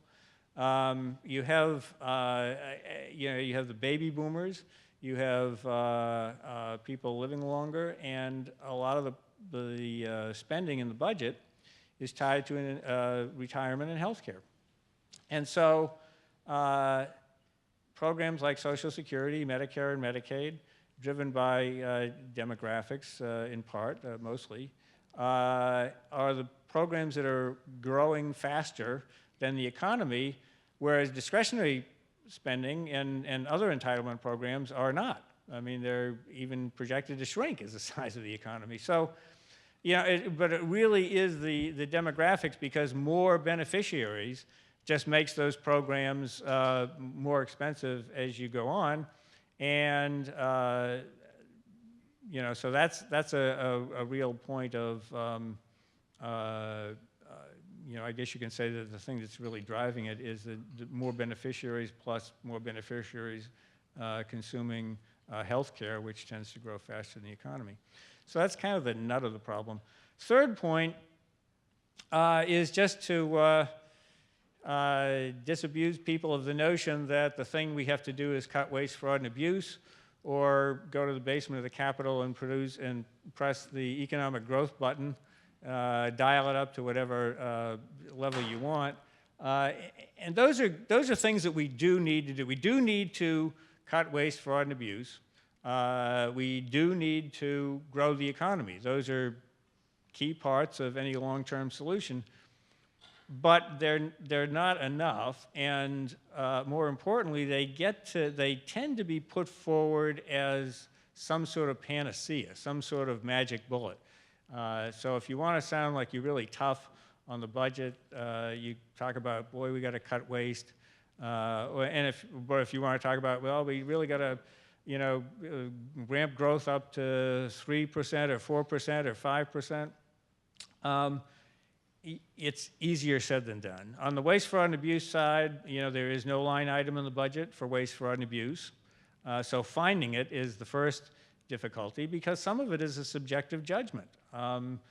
What is waste to some person might be a valuable government service to another. And secondly, there's nothing that I've seen that shows that waste is growing faster than GDP and is becoming a bigger part of the budget. So even if you cut it, it's, you know, likely to be a one-time gain and doesn't get at that structural problem that I talked about at the beginning. Economic growth, you know, this is something that and a really important point here, because we've been discussing this in the context of the president's budget, is that when CBO and others project a slower economic growth projection in the future, it's not like they're being a bunch of gloomy gusses. They're doing it because the demographic changes have changed the projected track for potential GDP growth, which is basically worker participation and productivity. Well, it used to be in the good old days when we were growing about 3% a year that you had productivity growth and potential labor force growth at about 1.5% a year, somewhat a little bit below that, but that's about right. And but now you see productivity is projected to be a little bit below that for the future, but the labor force growth is about a third of the where it used to be, and that is why the projections for the future are where they are, not as buoyant as they used to be. So if you're going to change that, if you're going to press that growth button in the Capitol, we're going to have to do something substantial to change that, either to make productivity, worker productivity, much, much higher than it was in the past, or do something on the labor force growth. Perhaps with immigration policy would be one possibility.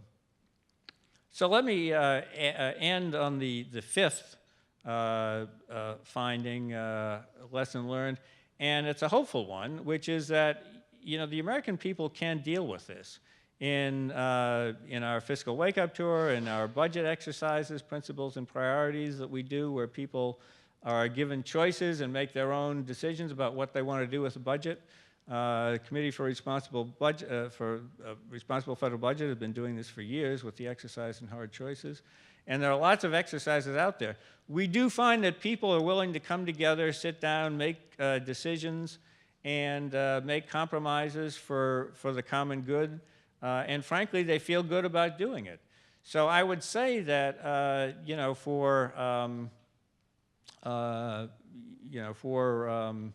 for politicians, it is important to engage the public, to be honest with them, and people can make the right choices. Now, there was one finding that I did leave out, and I'm getting the sign here that I need to move on. But we also found that the credibility of CBO and the value of CBO as an independent, credible source of budget estimates is really, really important in the future. There has to be an umpire, and CBO is it. And so I think attacks on everybody knows nobody's going to make perfect estimates, particularly about long-term projections. However, it is good to have a credible, objective, impartial agency to make these projections, and I think it's important that this work that CBO does, we rely on it at the Concord Coalition, and so I think we should give a note of gratitude to CBO for the work that they do. It's almost impossible to score some of these things, but it's hard work, but somebody has to do it. So with that, I'm going to turn to our panelist. Stuart, I'm going to ask you to go first here. And one of the hard choices that everybody says we need to tackle is healthcare reform. You've spent quite a long time studying the ins and outs and politics of the healthcare system. So, Stuart, you want to kick us off and give us some lessons learned for the future and ideas for the future? Sure, yes, indeed. And of course, we're all fiscal tourists, fiscal wake-up tourists, as was Jason, and we learned a lot just going around the country talking to ordinary Americans about these issues, including particularly healthcare, Medicare especially. I also served a stint as on the panel of healthcare advisors for the Congressional Budget Office, so the issue of forecasting and so on I've been thinking about as well. And let me just begin by saying that, as you said and others have said, health is a very difficult issue to forecast when we're trying to make policy. for several reasons. It is just technically difficult. There are things changing in technology, preferences and so forth that are just literally very hard to project. And in addition, increasingly, I think the CBO is required to make political judgments about what's going to happen. If you think about the current debate over the Senate legislation, a lot of that's going to hinge on what particular states do. So you're asking to try to not only forecast technical changes in the health system, but also political changes in the future, and that's very, very difficult. It's also a difficult issue to deal with because it's very personal. We heard this a lot when we went around the country. People are very scared of changes, so one has to think hard about not just what changes are needed, but the pace of change.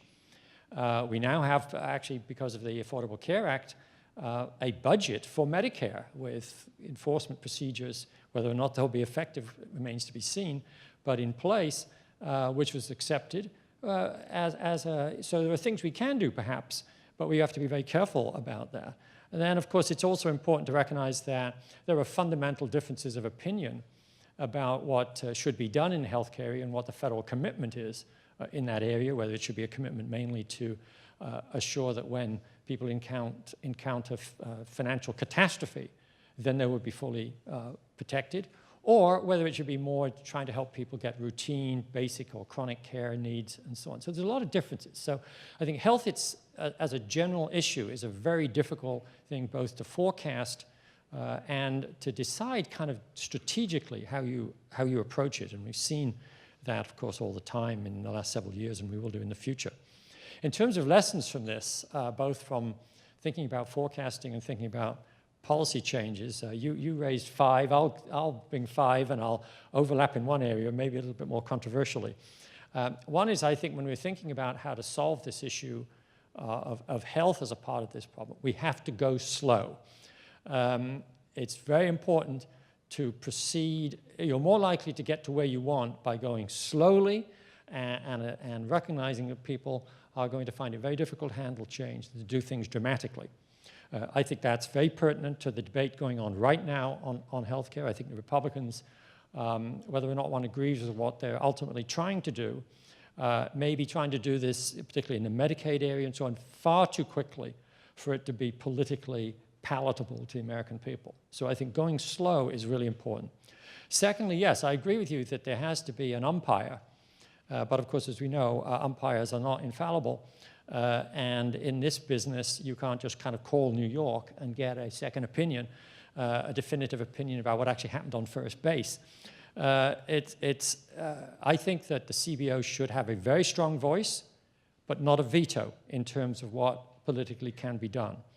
I think if you try to suggest that the CBO is infallible or must be the rigid determinant, either you will get really bad policy and kind of screwy policy to meet the numbers, or you'll end up, as you are sort of beginning to see now, with many politicians basically just trying to ignore the CBO and saying it's been wrong so many times.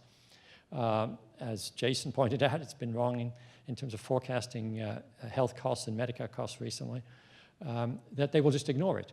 And you don't want that either.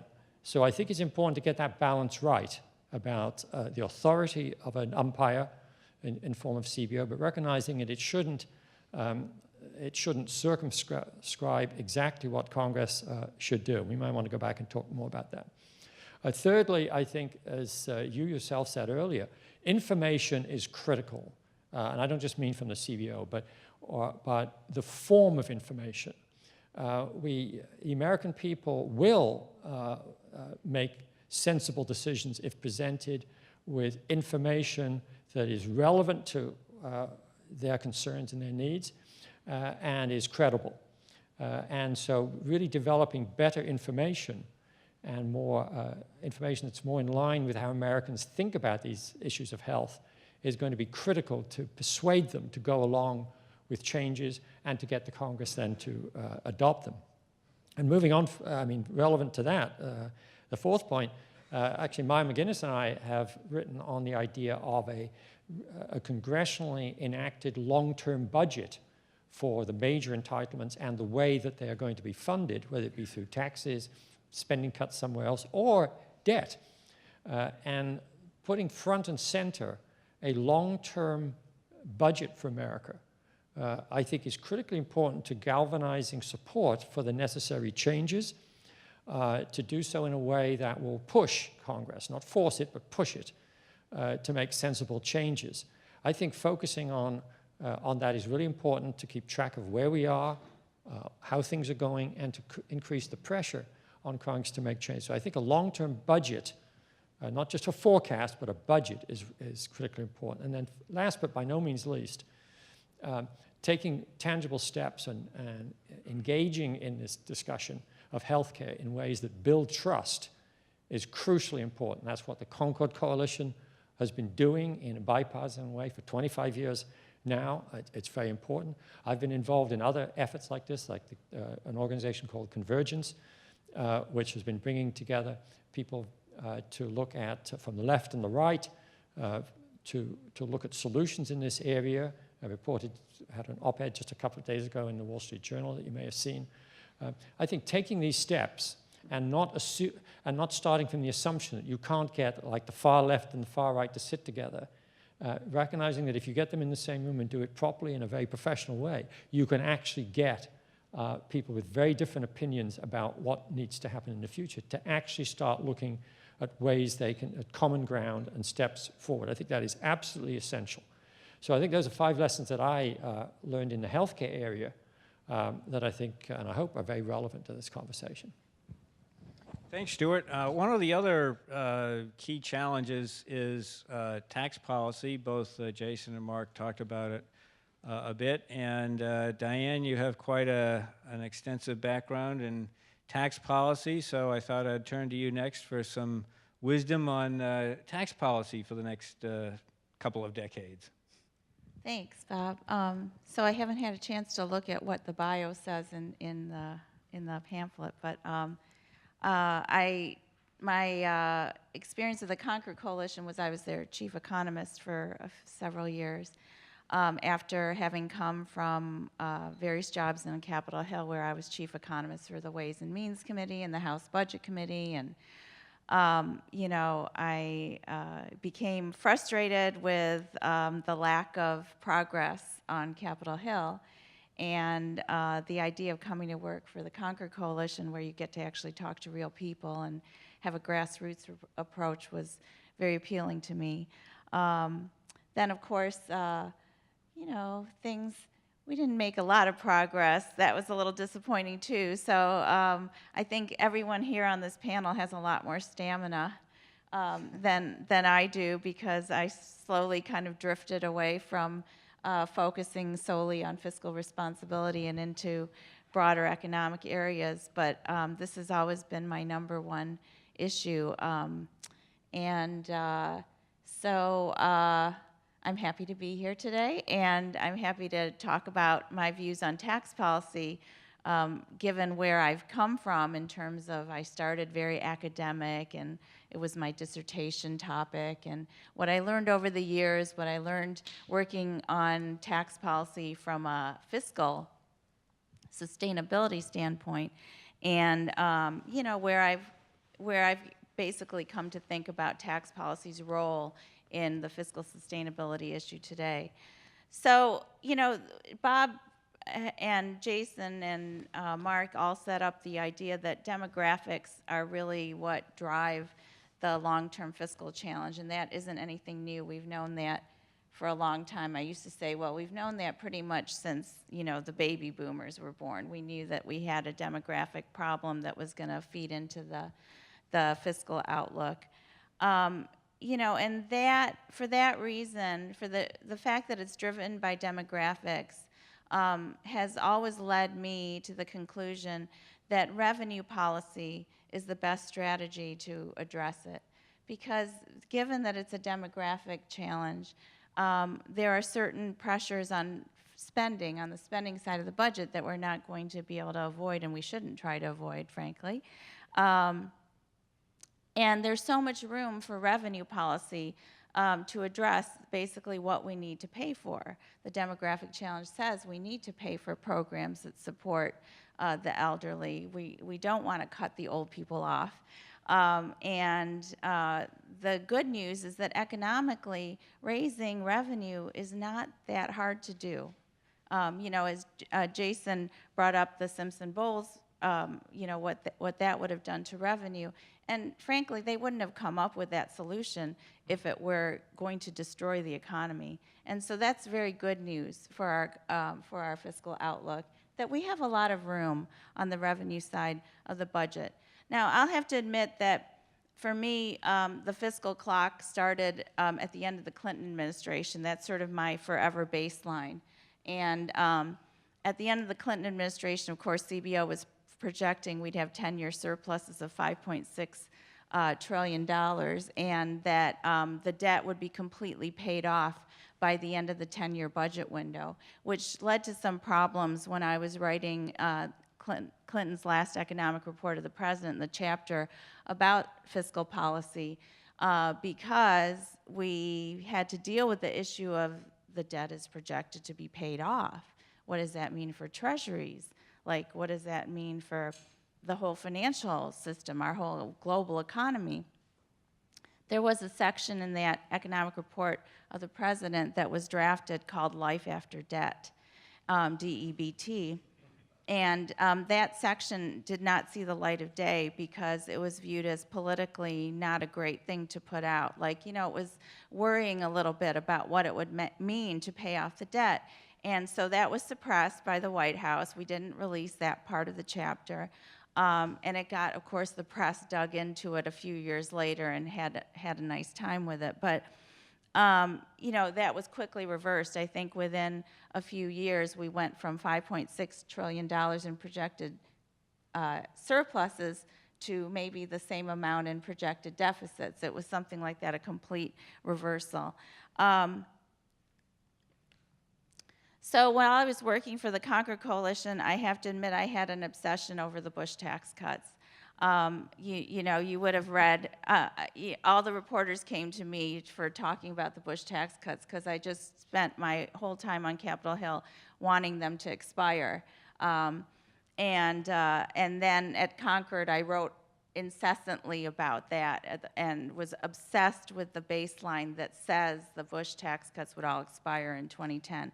But, I always felt like economically it would be easy to let them expire. It was never a difficult sell, I thought, economically. We didn't have to exactly let them expire, as scheduled. But I always wanted to replace the revenue. Like, we had to get that revenue back. So it was always economically an easy thing to sell. No one seemed to ever question my argument that it wouldn't destroy the economy. We've had tax rates that high before. We did just fine.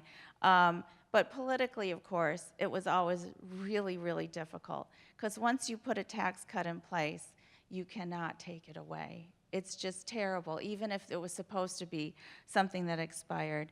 I think that that's where we should head. We should still view, I still support revenue-raising tax reform. Everyone's now talking about revenue-neutral tax reform, but a lot of people are worried we won't even get revenue-neutral tax reform, that's too politically challenging.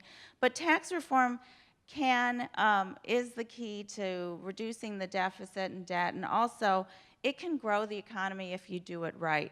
You need to recognize that revenue effects matter. Revenue effects, frankly, matter a lot more than behavioral effects due to tax policy. Over the years, the economics profession has learned that, much to our dismay and our previous obsessions over marginal tax rates and behavioral responses, that those don't really exist, especially at the individual, real person level. Most people don't even know what their marginal tax rate is, so it seems hard to believe that they'll be able to respond to it. Most people can't respond to an increase in the marginal tax rate by reducing their weekly hours of work by maybe 2 or 3 hours. People don't have that kind of flexibility.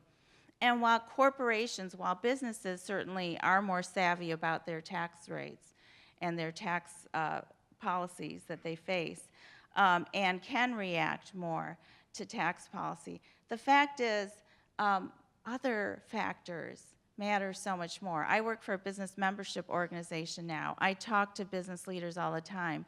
And I know that taxes matter to them, but they don't matter as much to them as things like immigration, regulations that increase costs of doing business.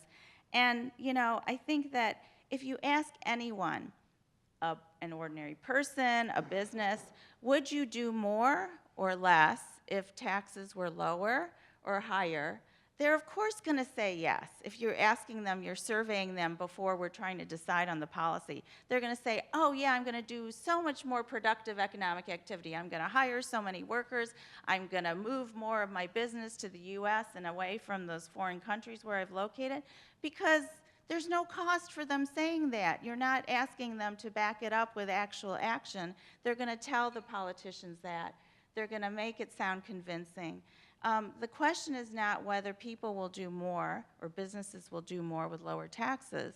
The question is how much more and at what cost. And, you know, my mother, who just passed away this week, was constantly saying, why is it so difficult to understand that you get what you pay for? And if you want certain things, sorry. Okay.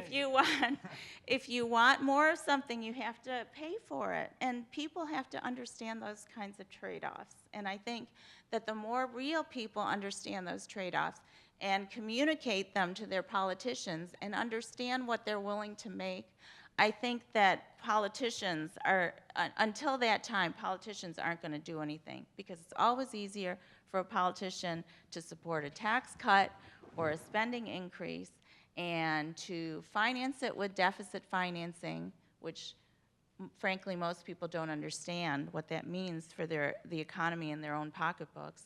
And so I'm really grateful to be here at this event. And I'm hoping that we'll have a great discussion afterwards, and sorry for going over time. Thank you very much, Diane. So Maya, you know, there's no budget, there's no tax reform, there's no healthcare reform. What good news have you for the...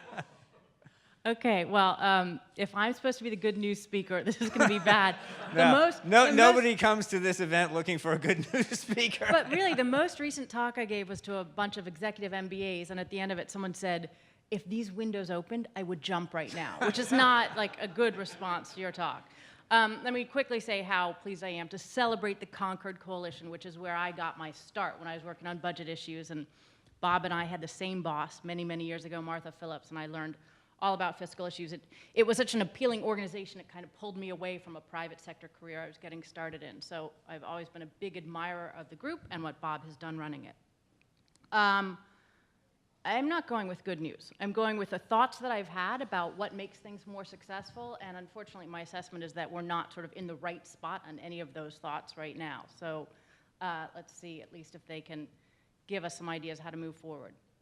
But when I was thinking about what makes a moment where you can make progress on fiscal reforms, the first thing I think is that all the different parties really have to agree that the fiscal issues are a problem. And oftentimes what happens with fiscal responsibility is that it's political defense. As soon as your party doesn't have power, you'll have politicians who suddenly are very fiscally responsible in order to stop somebody else's agenda. But it is a lot harder when you're talking about the things that you want to do. And to me, it's somewhat baffling that you could look at our fiscal picture right now and not agree that it's a problem. I thought it was interesting how Jason sort of framed the whole issue, looking at where we were today compared to where the previous projections were. And that is good news, that it's better than they were projecting before. But all you need to do is look at the 10-year projections or longer to know that a drop of good news in a really, really bad situation is just not good enough, right? Our debt is clearly unsustainable. It's growing faster than the economy. Interest payments are the fastest growing part of the budget. We have a problem, whether you're the majority or the minority, and that's the kind of thing that we need to have some political agreement on, and then disagree about how to fix it, but not whether it exists.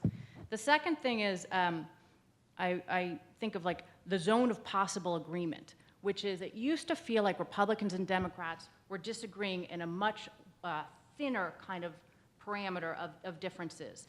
and that as everybody has been moving more towards the extremes, the ZOPA, the Zone of Possible Agreement, seems to be disappearing. And at the same time that you have compromise becoming an increasingly bad word instead of good word, it makes it more difficult, even when there are possible things to agree on, to find where we can come up with budget deals, which will obviously require that. The third issue is presidential leadership. For those of us who are trying to think about the strategy of how to get things done, it's just 100% clear you can't do this issue, which is difficult, technical, some would say boring, though I completely disagree, but you cannot do this without presidential leadership when the president puts it on the agenda. And to look at when President Obama was president, in the beginning when he and Boehner were working to come up with a fiscal deal, this was something the whole country was really focused on, and we came incredibly close. And the folks who worked on this, we were so close, they were so close to actually finding real agreement. And I think that was a moment when all sides agreed it was a problem. Once they kind of gave up, you could see the difference. When President Obama started saying, look, we've cut the deficit by 2/3 instead of focusing on the debt, and that was kind of a framing issue also, all of the oxygen went out of this issue. So I think it's impossible to do that without presidential leadership. Fast forward to where we are now. We have a president who says he wants massive tax cuts to increase spending and has walled off the most important parts of the budget that are necessary to fix this, Social Security and Medicare. There is presidential leadership in the wrong direction in terms of really growing the debt. And that is going to make it very difficult to make the changes that have to happen. Sort of related to that, but I think a fourth thing is you need to have a consistent worldview of how you would fix the problem. We can all disagree on how we should, but you sort of have to have a plan you can live with. That's why I like that Jason ended on showing his plan of how he would fix it. We put forward plans in our office regularly because I say we can't just be negative. We have to show how you would do it. I think I've been watching the Republicans as they're struggling to pass a budget right now, and it's really disheartening to see as the Republicans who got into power, who are supposed to be for entitlement reform, are kind of backing away from the issue, and that we're talking about how are we going to increase defense spending, but it seems to be a struggle even to get very small mandatory savings through reconciliation. That's worrying. I mean, it's hard. If you're a Republican who pushes for spending cuts or a Democrat who pushes for tax increases, it's really hard, but that's what this is. This is kind of the hard choices. Fourth, this is a big change, but we used to trust experts, and in many ways, it's why the Rudman-Tsongas model was so important, the strange bedfellows model. When people came forward and said they could agree to something, it created a lot of trust in the country that it was the right kind of plan. That's why the Obama-Boehner moment was so important. But now there's a lack of trust. I remember Bob Rubin said, it used to be that I and James Baker could come up with a deal and people would trust it. But now they don't care what we say, and it doesn't mean that people will trust it. And that has changed dramatically. So without that strange bedfellow model, it becomes more challenging. Finally, just a word on budget process. A lot of times, members of Congress know we have to make changes, and so they use the budget process to help them force them to do what they don't really want to do. And when the process is working better, it can make a big difference. Not a huge difference, but it can nudge members, policymakers in the right direction. But then there's also periods when process is something that just the smartest brains on the Hill are figuring out how to gimmick the heck out of the budget process. And that's where we are right now. And you look at something like, well, the list goes long, on and on of all the gimmicks that go on with budget process. But that's really damaging because it doesn't even allow them to outsource kind of the tough decisions that they know they need to make. So I'm going to just make one prediction, and back to being discouraged.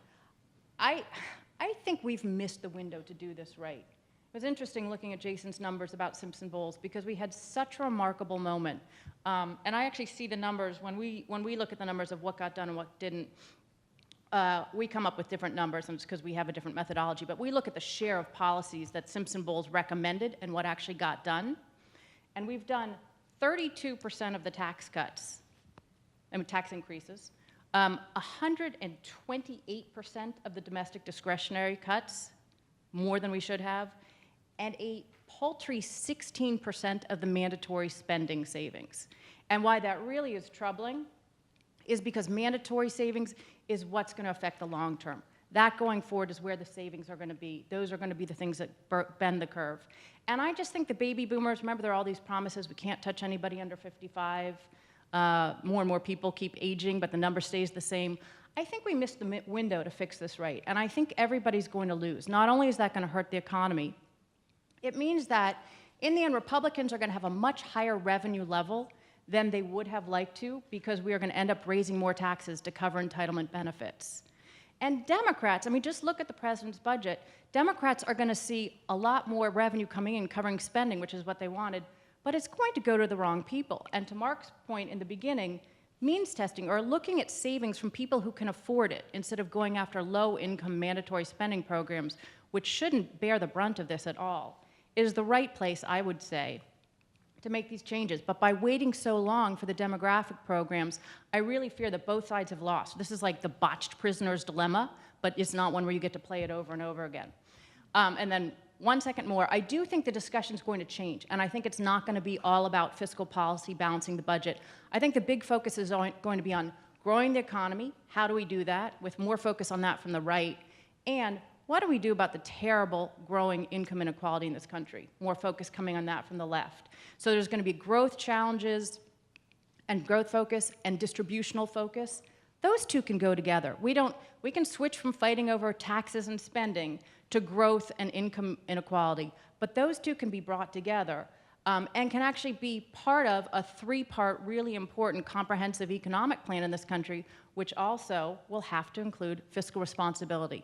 If we focus on how to grow the economy, how to do it in a way that's more shared, and the underpinnings is to include fiscally responsible policies as part of that, I think that's going to be the big path forward. I hear myself sounding optimistic, so I'm going to stop right there. Well, gee, we can't have any of that. You know, I think one of the things that does get really pessimistic when you think about it is kind of a short-term problem that we have. You're just looking at what's going on right now. There's no budget, as I said. We're no tax reform, no health care reform. One thing that we would be talking about if we were here 20 years ago doing this would all have been talking about bipartisan Social Security reform plans. There's none of that at all. I mean, that's just so far off the radar screen. Nobody's even talking about it. As Jason pointed out, if you look at the projections of 25 years ago, those were the most accurate. I mean, the Social Security trustee, the trust fund exhaustion date, the cash flow deficits all came about just about as predicted. And yet, and this is the thing that gets me, is that it just seems like there is less substantive discussion going on now when the problems were than there were when the problems were further off in the future. And that's not just about Social Security. I mean, and I wonder, Maya, when you talk about the window being closed, obviously there has to be, we have to find a side door to go out or bust a hole through the wall or something like that. Because, it's not just like this stuff can't be sustainable in the long term. This stuff can't be sustainable through September because there's no, there'll be another government shutdown. The debt limit is coming up again. And certainly we do need to do something about health care and tax reform. So, for all of the panelists here, and all of us, advocate reasonable approaches to things, but do we have like another fiscal cliff moment coming up where there might be things are just like so bad that we get to where there's an opportunity to come together? Do you care who starts? Oh, I don't care. I know that's that's sort of the question you asked me, and I did the Washington thing where I answered a totally different question. So I guess I don't think it's going to be this time. I don't think this is the year of progress at all. I think this really is the year of us trying to figure out what rock bottom feels like and seeing if we can get it this year and then start to improve or things continue to deteriorate. But my prediction is we really rely, we always worry about warning about things because we feel like you're giving the instruction manual to the bomb maker of here's all the things that you can do to get around it. But I think it's going to be the year of relying on budget gimmicks to get around as many things as possible. Instead of plussing up defense, you put it in OCO. We see that game, and it's growing bigger and bigger. And these rosy economic growth assumptions, whether it's in the growth projections or the use of dynamic scoring, trying to discredit the impartial arbiters and say that you need other scores to look at things. I just think this is going to be the year of circumventing all the kind of fences we put in for ourselves. And I worry that then when things turn out to be worse, then it just becomes a really ugly blame game, which is already the mood of the country. So, Maya, when you said rock bottom, you mean rock bottom in terms of like the gimmicks or the debt. I mean, if we're going to add more to the debt this year, so I like the first point should be let's stop digging. If there's one thing we could agree on in this country, it's like, let's do no harm for now. Like, if you want more tax cuts, then you offset them. If you want spending increases, you offset them. But I don't think we're going to be able to even make that commitment this year. I think we're going to keep adding to the debt. So I don't think that this is a moment like the fiscal cliff moment, because there's no action forcing legislative event coming up. The economy, the big thing is, you know, we've always talked about how it's going to take an economic crisis, right, to get policy. Hope to avoid that, but. Right, but I mean, that it would have to be really, it had to be something like the fiscal cliff or an economic crisis that is very obviously connected to the debt before something would happen. And the fact is the economy is doing quite well right now, you know, both from a short-term and a longer-term growth perspective, even though our growth situation is lower than we'd like. The fact is that, you know, interest rates are low, unemployment is low. There's no obvious economic symptom right now that, oh my gosh, this is where we're headed because we've been so fiscally irresponsible. So I think that, you know, Maya talked about closing the window, and I've been very conscious of the baby boomers. The youngest of the baby boomers was born in 1964, at least by the most common definition. That's my sister. She's going to be 55 in 2 years. And that will mean that we'll probably be holding harmless, like not affecting benefits of anyone, the entirety of the baby boom generation, if we don't do anything in the next couple years. And I fully expect we won't do anything to Social Security or Medicare benefit structures in the next couple years. So we've missed an opportunity. There were a lot of people in that baby boom generation. There are a lot of the reason why we're facing this challenge that we have for the long term, and yet we are going to not ask any of the baby boomers to contribute to getting us out of this situation. We're just going to ask my children and our grandchildren. So we have missed a big chunk, you know, so that a chunk of the economy and our economic capacity that could have been used to go toward reducing our insolvency, our unsustainable situation. And that's why I keep coming back to we're losing that chunk that could have helped our entitlement program situation. And so we're going to have to rely more on taxes than we otherwise would have if we had an opportunity to reform the benefits that baby boomers collected. So. Yeah, I'm going to just pile on with the gloom, I'm afraid. I think that, I think Maya was right, that we've missed the sweet spot. Actually, sweet spot is not exactly the best way to describe it, but you know what I mean. That we're past that point where we could make sensible, rational decisions. When we started the fiscal wake-up tour, I guess in 2005, it was before the big recession, sometimes when I was speaking, I would describe it as the baby boomer apology tour, because really, you know, quite frankly, what the baby boom generation had pressured Congress to set up in terms of the way in which Medicare and Social Security and other entitlements function was really the legacy that was causing the problem. And I think, as Diane just said, that problem of the baby boom generation and its political force is increasing, not decreasing. So it's hard to imagine it's going to be easier to turn that around to looking at these big programs. That said, we learned a very early lesson on the fiscal wake-up tour, Because when we were making the argument for dealing with the debt and the deficit at a time when everybody in the audience would say, wait a minute, the stock market's going up, everything's going well, why worry about this?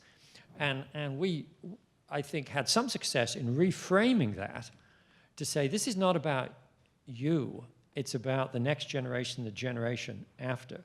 And I think we had some glimmers of hope in terms of reframing the debate. Now, how we reframe it now, I think, is not as clear as it was then.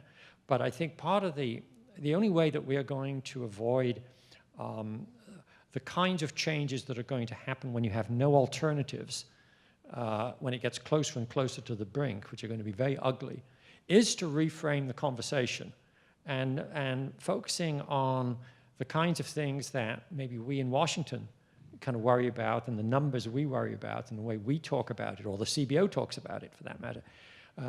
I think when I alluded to the importance of information, that really, I think, underscores that. The way this has got to be portrayed has got to be thought about very carefully, and not just by policy wonks, about how you reframe, change the narrative, if you like, about what the future looks like in ways that can be persuasive and get people to change action and to be open to changes in policy. That's, I think, our critical point now, not to wait for, say, another crisis, which I think we all agree is probably not going to happen very soon. We keep our fingers crossed it won't happen very soon. But it's got to be a rethinking about how we even portray this issue. And the old ways of doing that are just not going to have the traction of the future. So Concord Coalition, I think in its next 25 years, much of the heart of the success in the future is going to be how we reframe this conversation.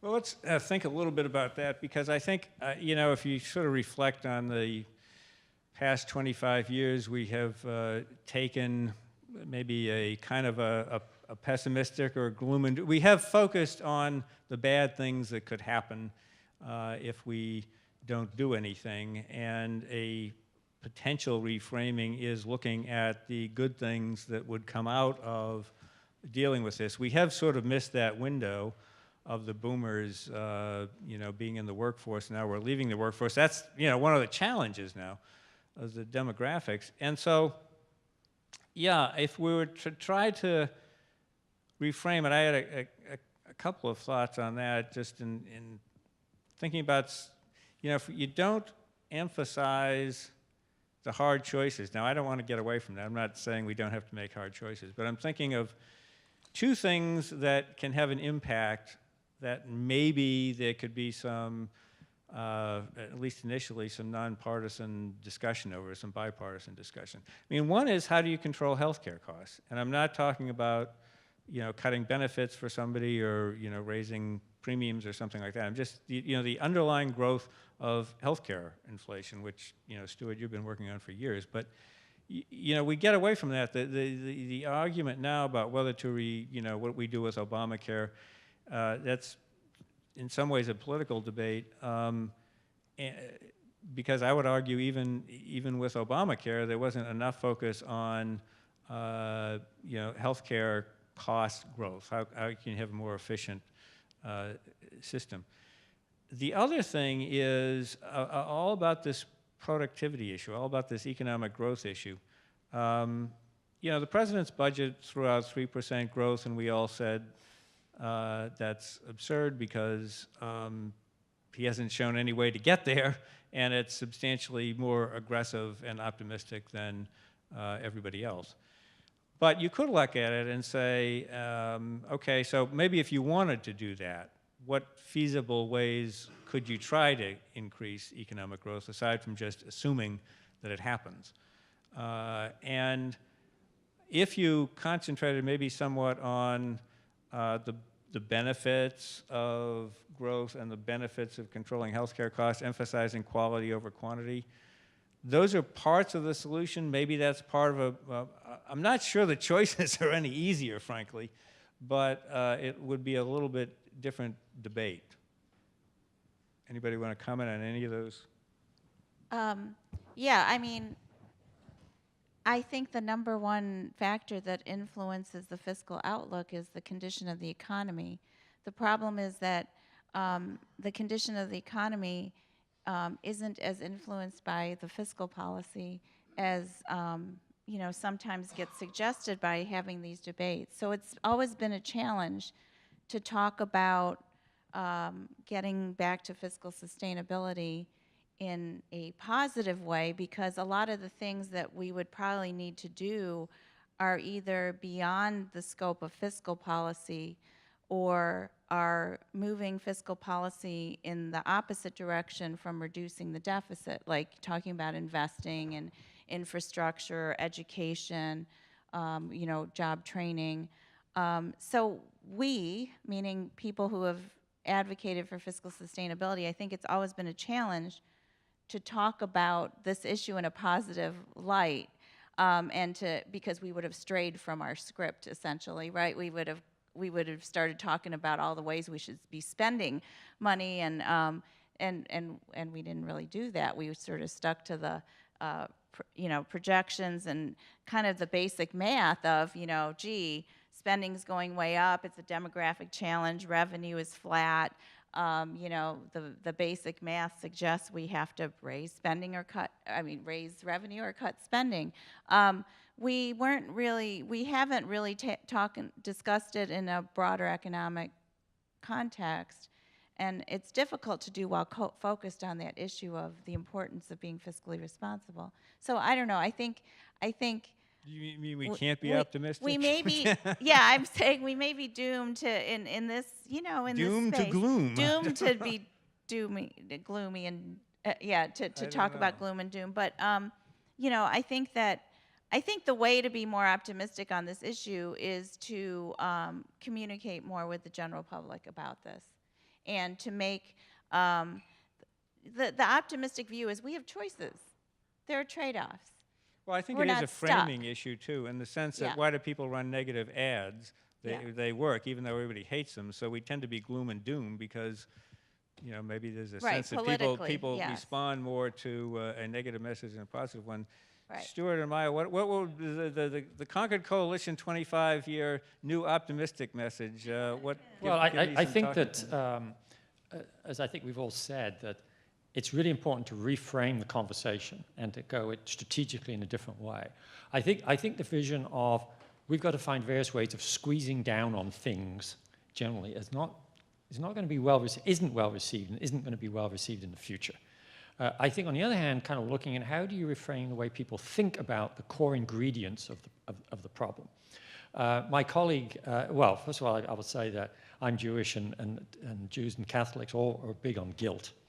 And my colleague Richard Reeves at Brookings has been writing on what he calls opportunity hoarding, that it's really bad for the country when certain groups of people can hoard, whether it be all the benefits of tax relief, of being able to, pay less to have their kids go to college because they can build up educational savings accounts because they get a break from that, and to try the guilt card. I wish him well on that. I hope that has some traction. I think that also when you think about healthcare, it's really important to kind of tackle healthcare, not as trying to squeeze down and tell people are going to have less. You've got to get to think differently. I think one of the things we know in this country is that we over-medicalize health. If you look at healthcare expenditures compared to other countries, we're way above. If you look at healthcare expenditures compared with other things, social services and so on, that contribute to good health, like better education for kids, like dealing with housing problems and so forth, we're a complete outlier, way outlier on that. And I think Americans are open to thinking about different ways of dealing with health than just intensive medical care. That's certainly true of the baby boom generation approaching their retirement years and so on. To be told, well, if you fall and break your hip, you have unlimited expenditures available to you. They're kind of more interested in how can I live at home and not actually have that happen to me and end up in a nursing home. I think tackling the health issue in that kind of way may help us to start to kind of diffuse the pressure for health spending, rather than trying to come in and say, we're just going to cut what your doctors paid, which I think is not going to be politically sustainable. So that's an example of two examples, but certainly that latter one, a big example, of how I think we can and need to reframe the issue so the pressure for spending, and the openness to seeing spending moderating because you're doing specific things that promote health rather than medical expenditures, I think is the kind of way we have to look at this. Just a quick follow-up before my, do you think that's part of the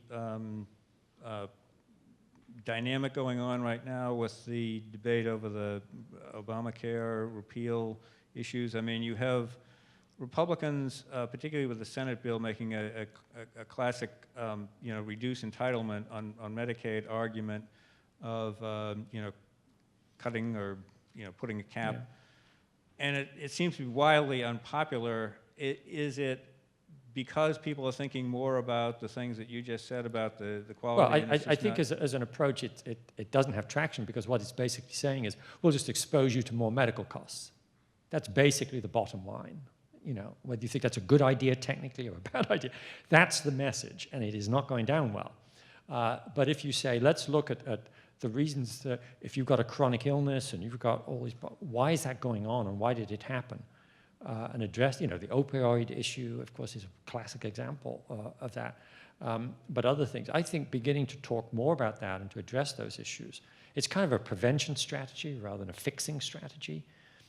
But I think even for people with chronic illness and people who are older, I think most Americans come to the conclusion that we've just got, I get too many doctors and too much hospital stuff, and yet I'm still not healthy.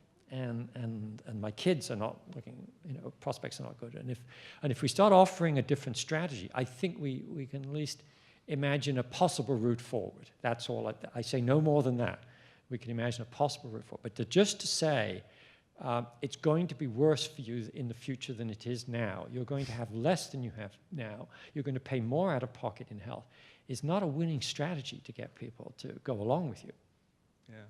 I should mention, Maya mentioned that she was early on at the Concord Coalition, and she and I both worked for Martha Phillips, who I think we both still draw back lessons from when we're thinking about fiscal policy. But Maya wrote, principal author of anyway, our zero deficit plan, number 2 in 1995, was that 95? And so was sufficiently optimistic then to see, but fortunately I don't think Jason put up our projections from our zero deficit plan, so that was probably, but so since you had that background now, what about this new message for the 25th, the new positive message for the, the zero, what would we call it now? I don't think we'd call it a zero deficit plan. What would we call it? We'd call it a put our debt on a downward path relative to GDP plan. Yeah, and it's real catchy. It really, it's good. It really it's is. Good. Someone can figure out that acronym. Very long bumper stickers that you could put on a blimp. But the other thing that Martha Phillips taught me, which I have not been able to teach our team, but it's the difference between which and that. Did she ever do that to you? She sat down with something I'd written. She's like, you do not know how to write. Which has a comma, that does not have a comma. She drilled it into my head. And so I tried to stay out of forever those grateful. Okay, so I thought of 5 possible framing approaches, which all are so we'll see. But the first one, which we've all talked about, is the economic growth message. And if you go through the policies that will help grow the economy when we're at this very low level of medium-term growth projections, that you list them, and it's like, okay, there's immigration reform, there's tax reform, there's regulatory reform, there's public investments, and there's a debt deal. Debt deal is on that list.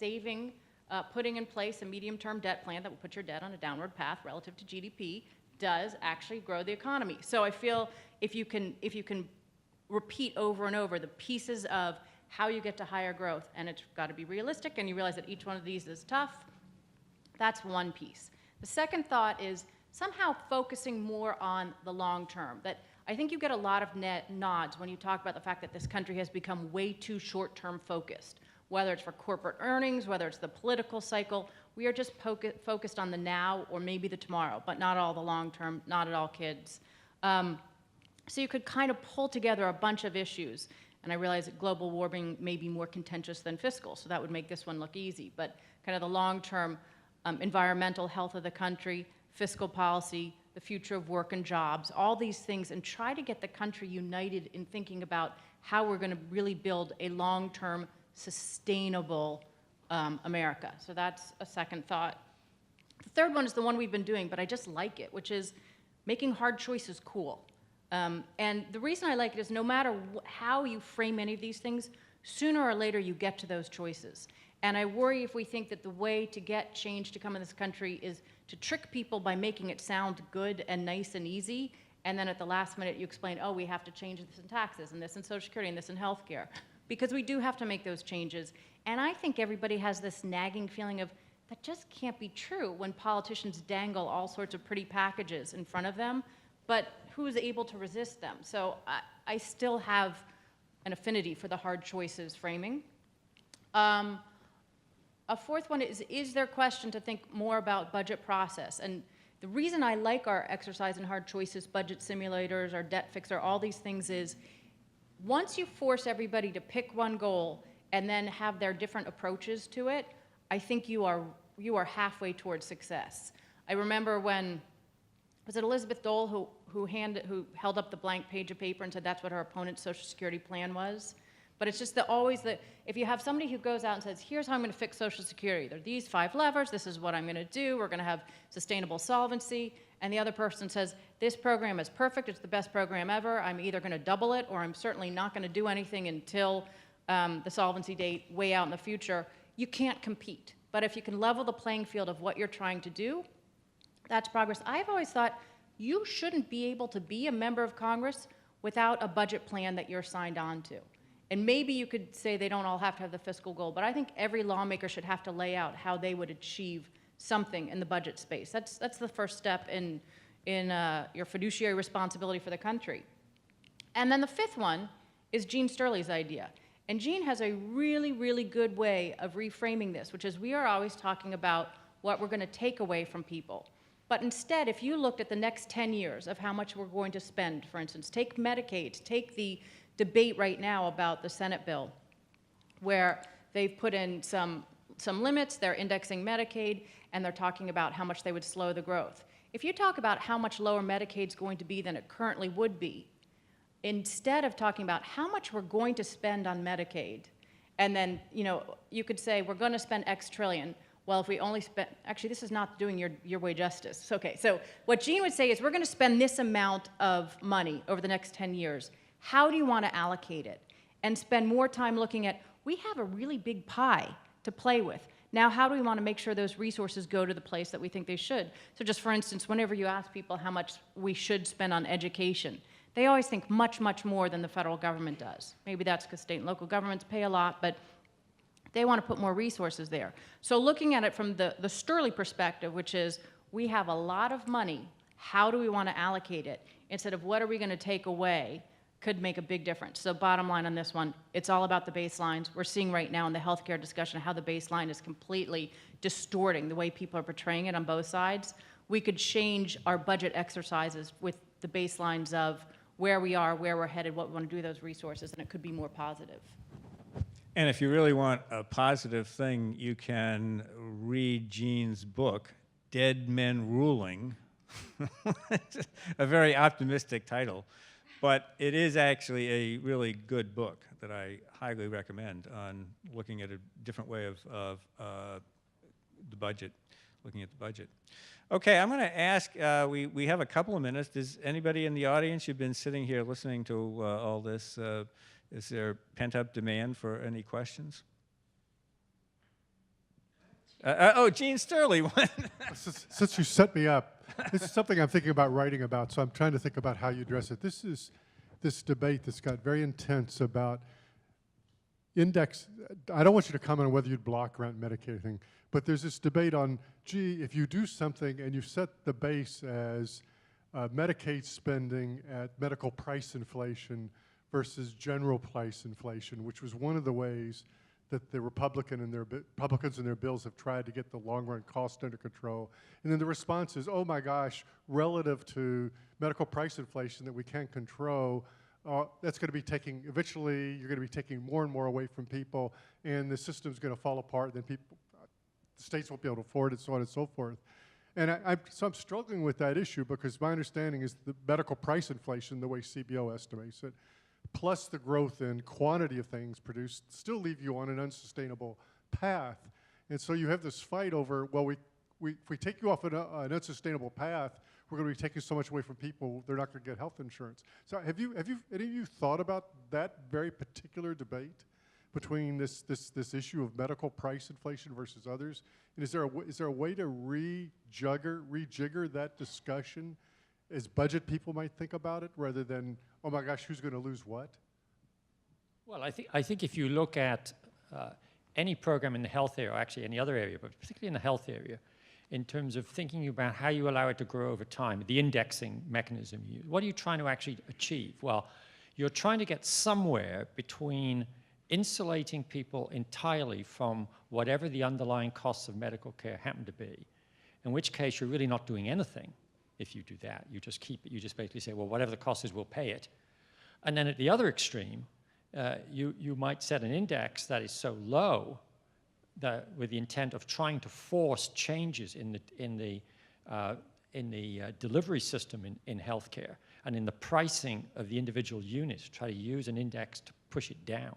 If that's too low, then you get massive disruption and people lose coverage and so on. I think right now, in terms of the conversation, we're probably on the lower side, but we've got to be somewhere between those two.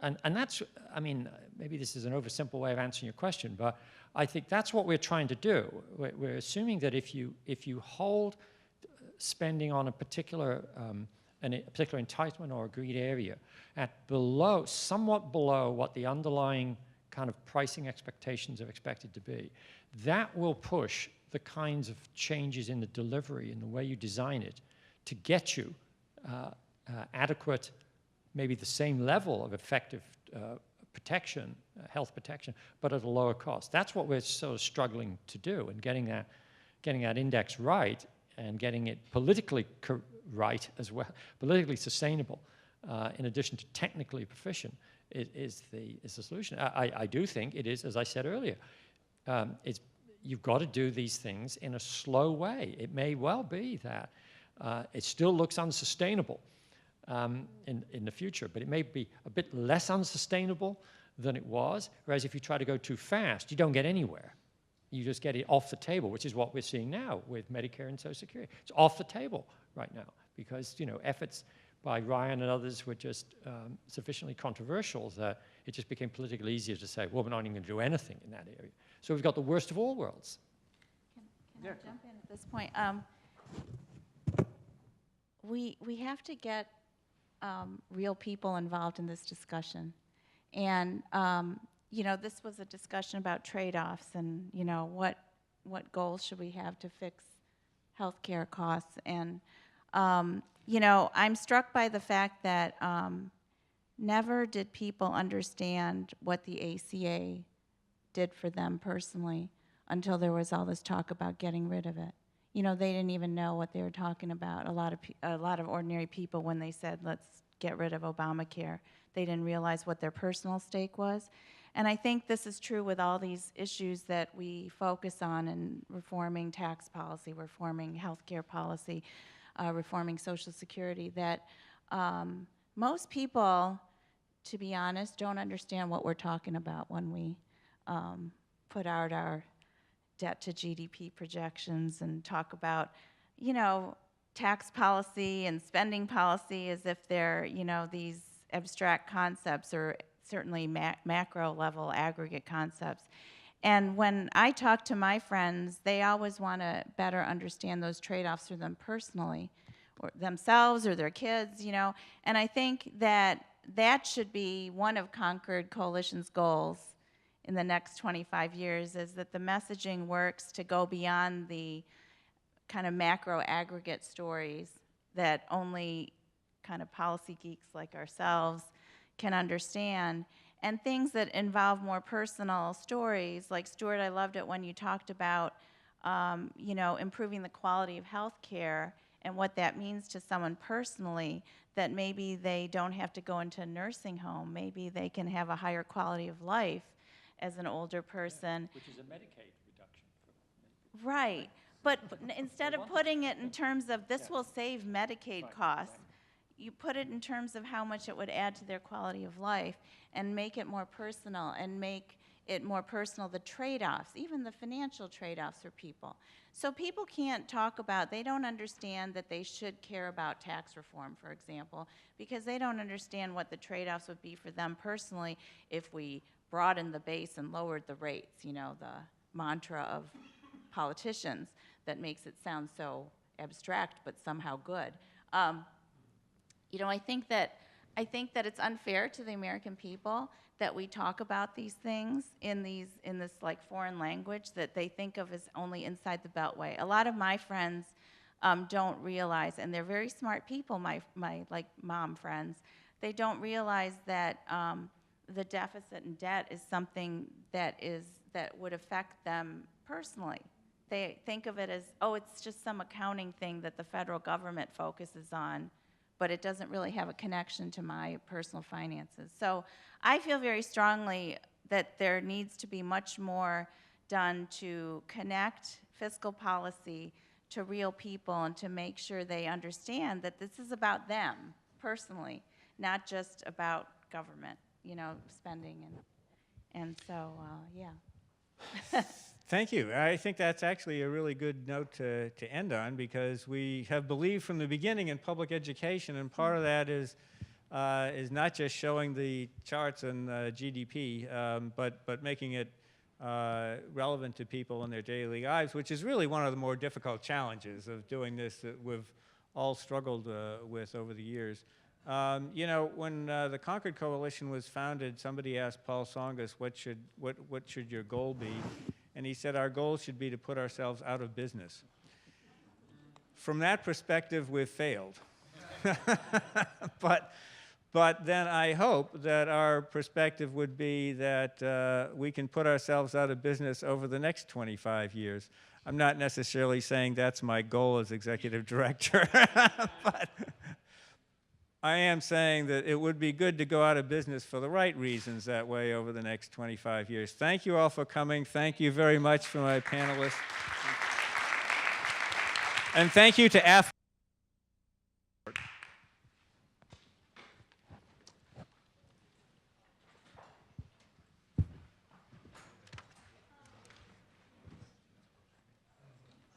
My mother would have said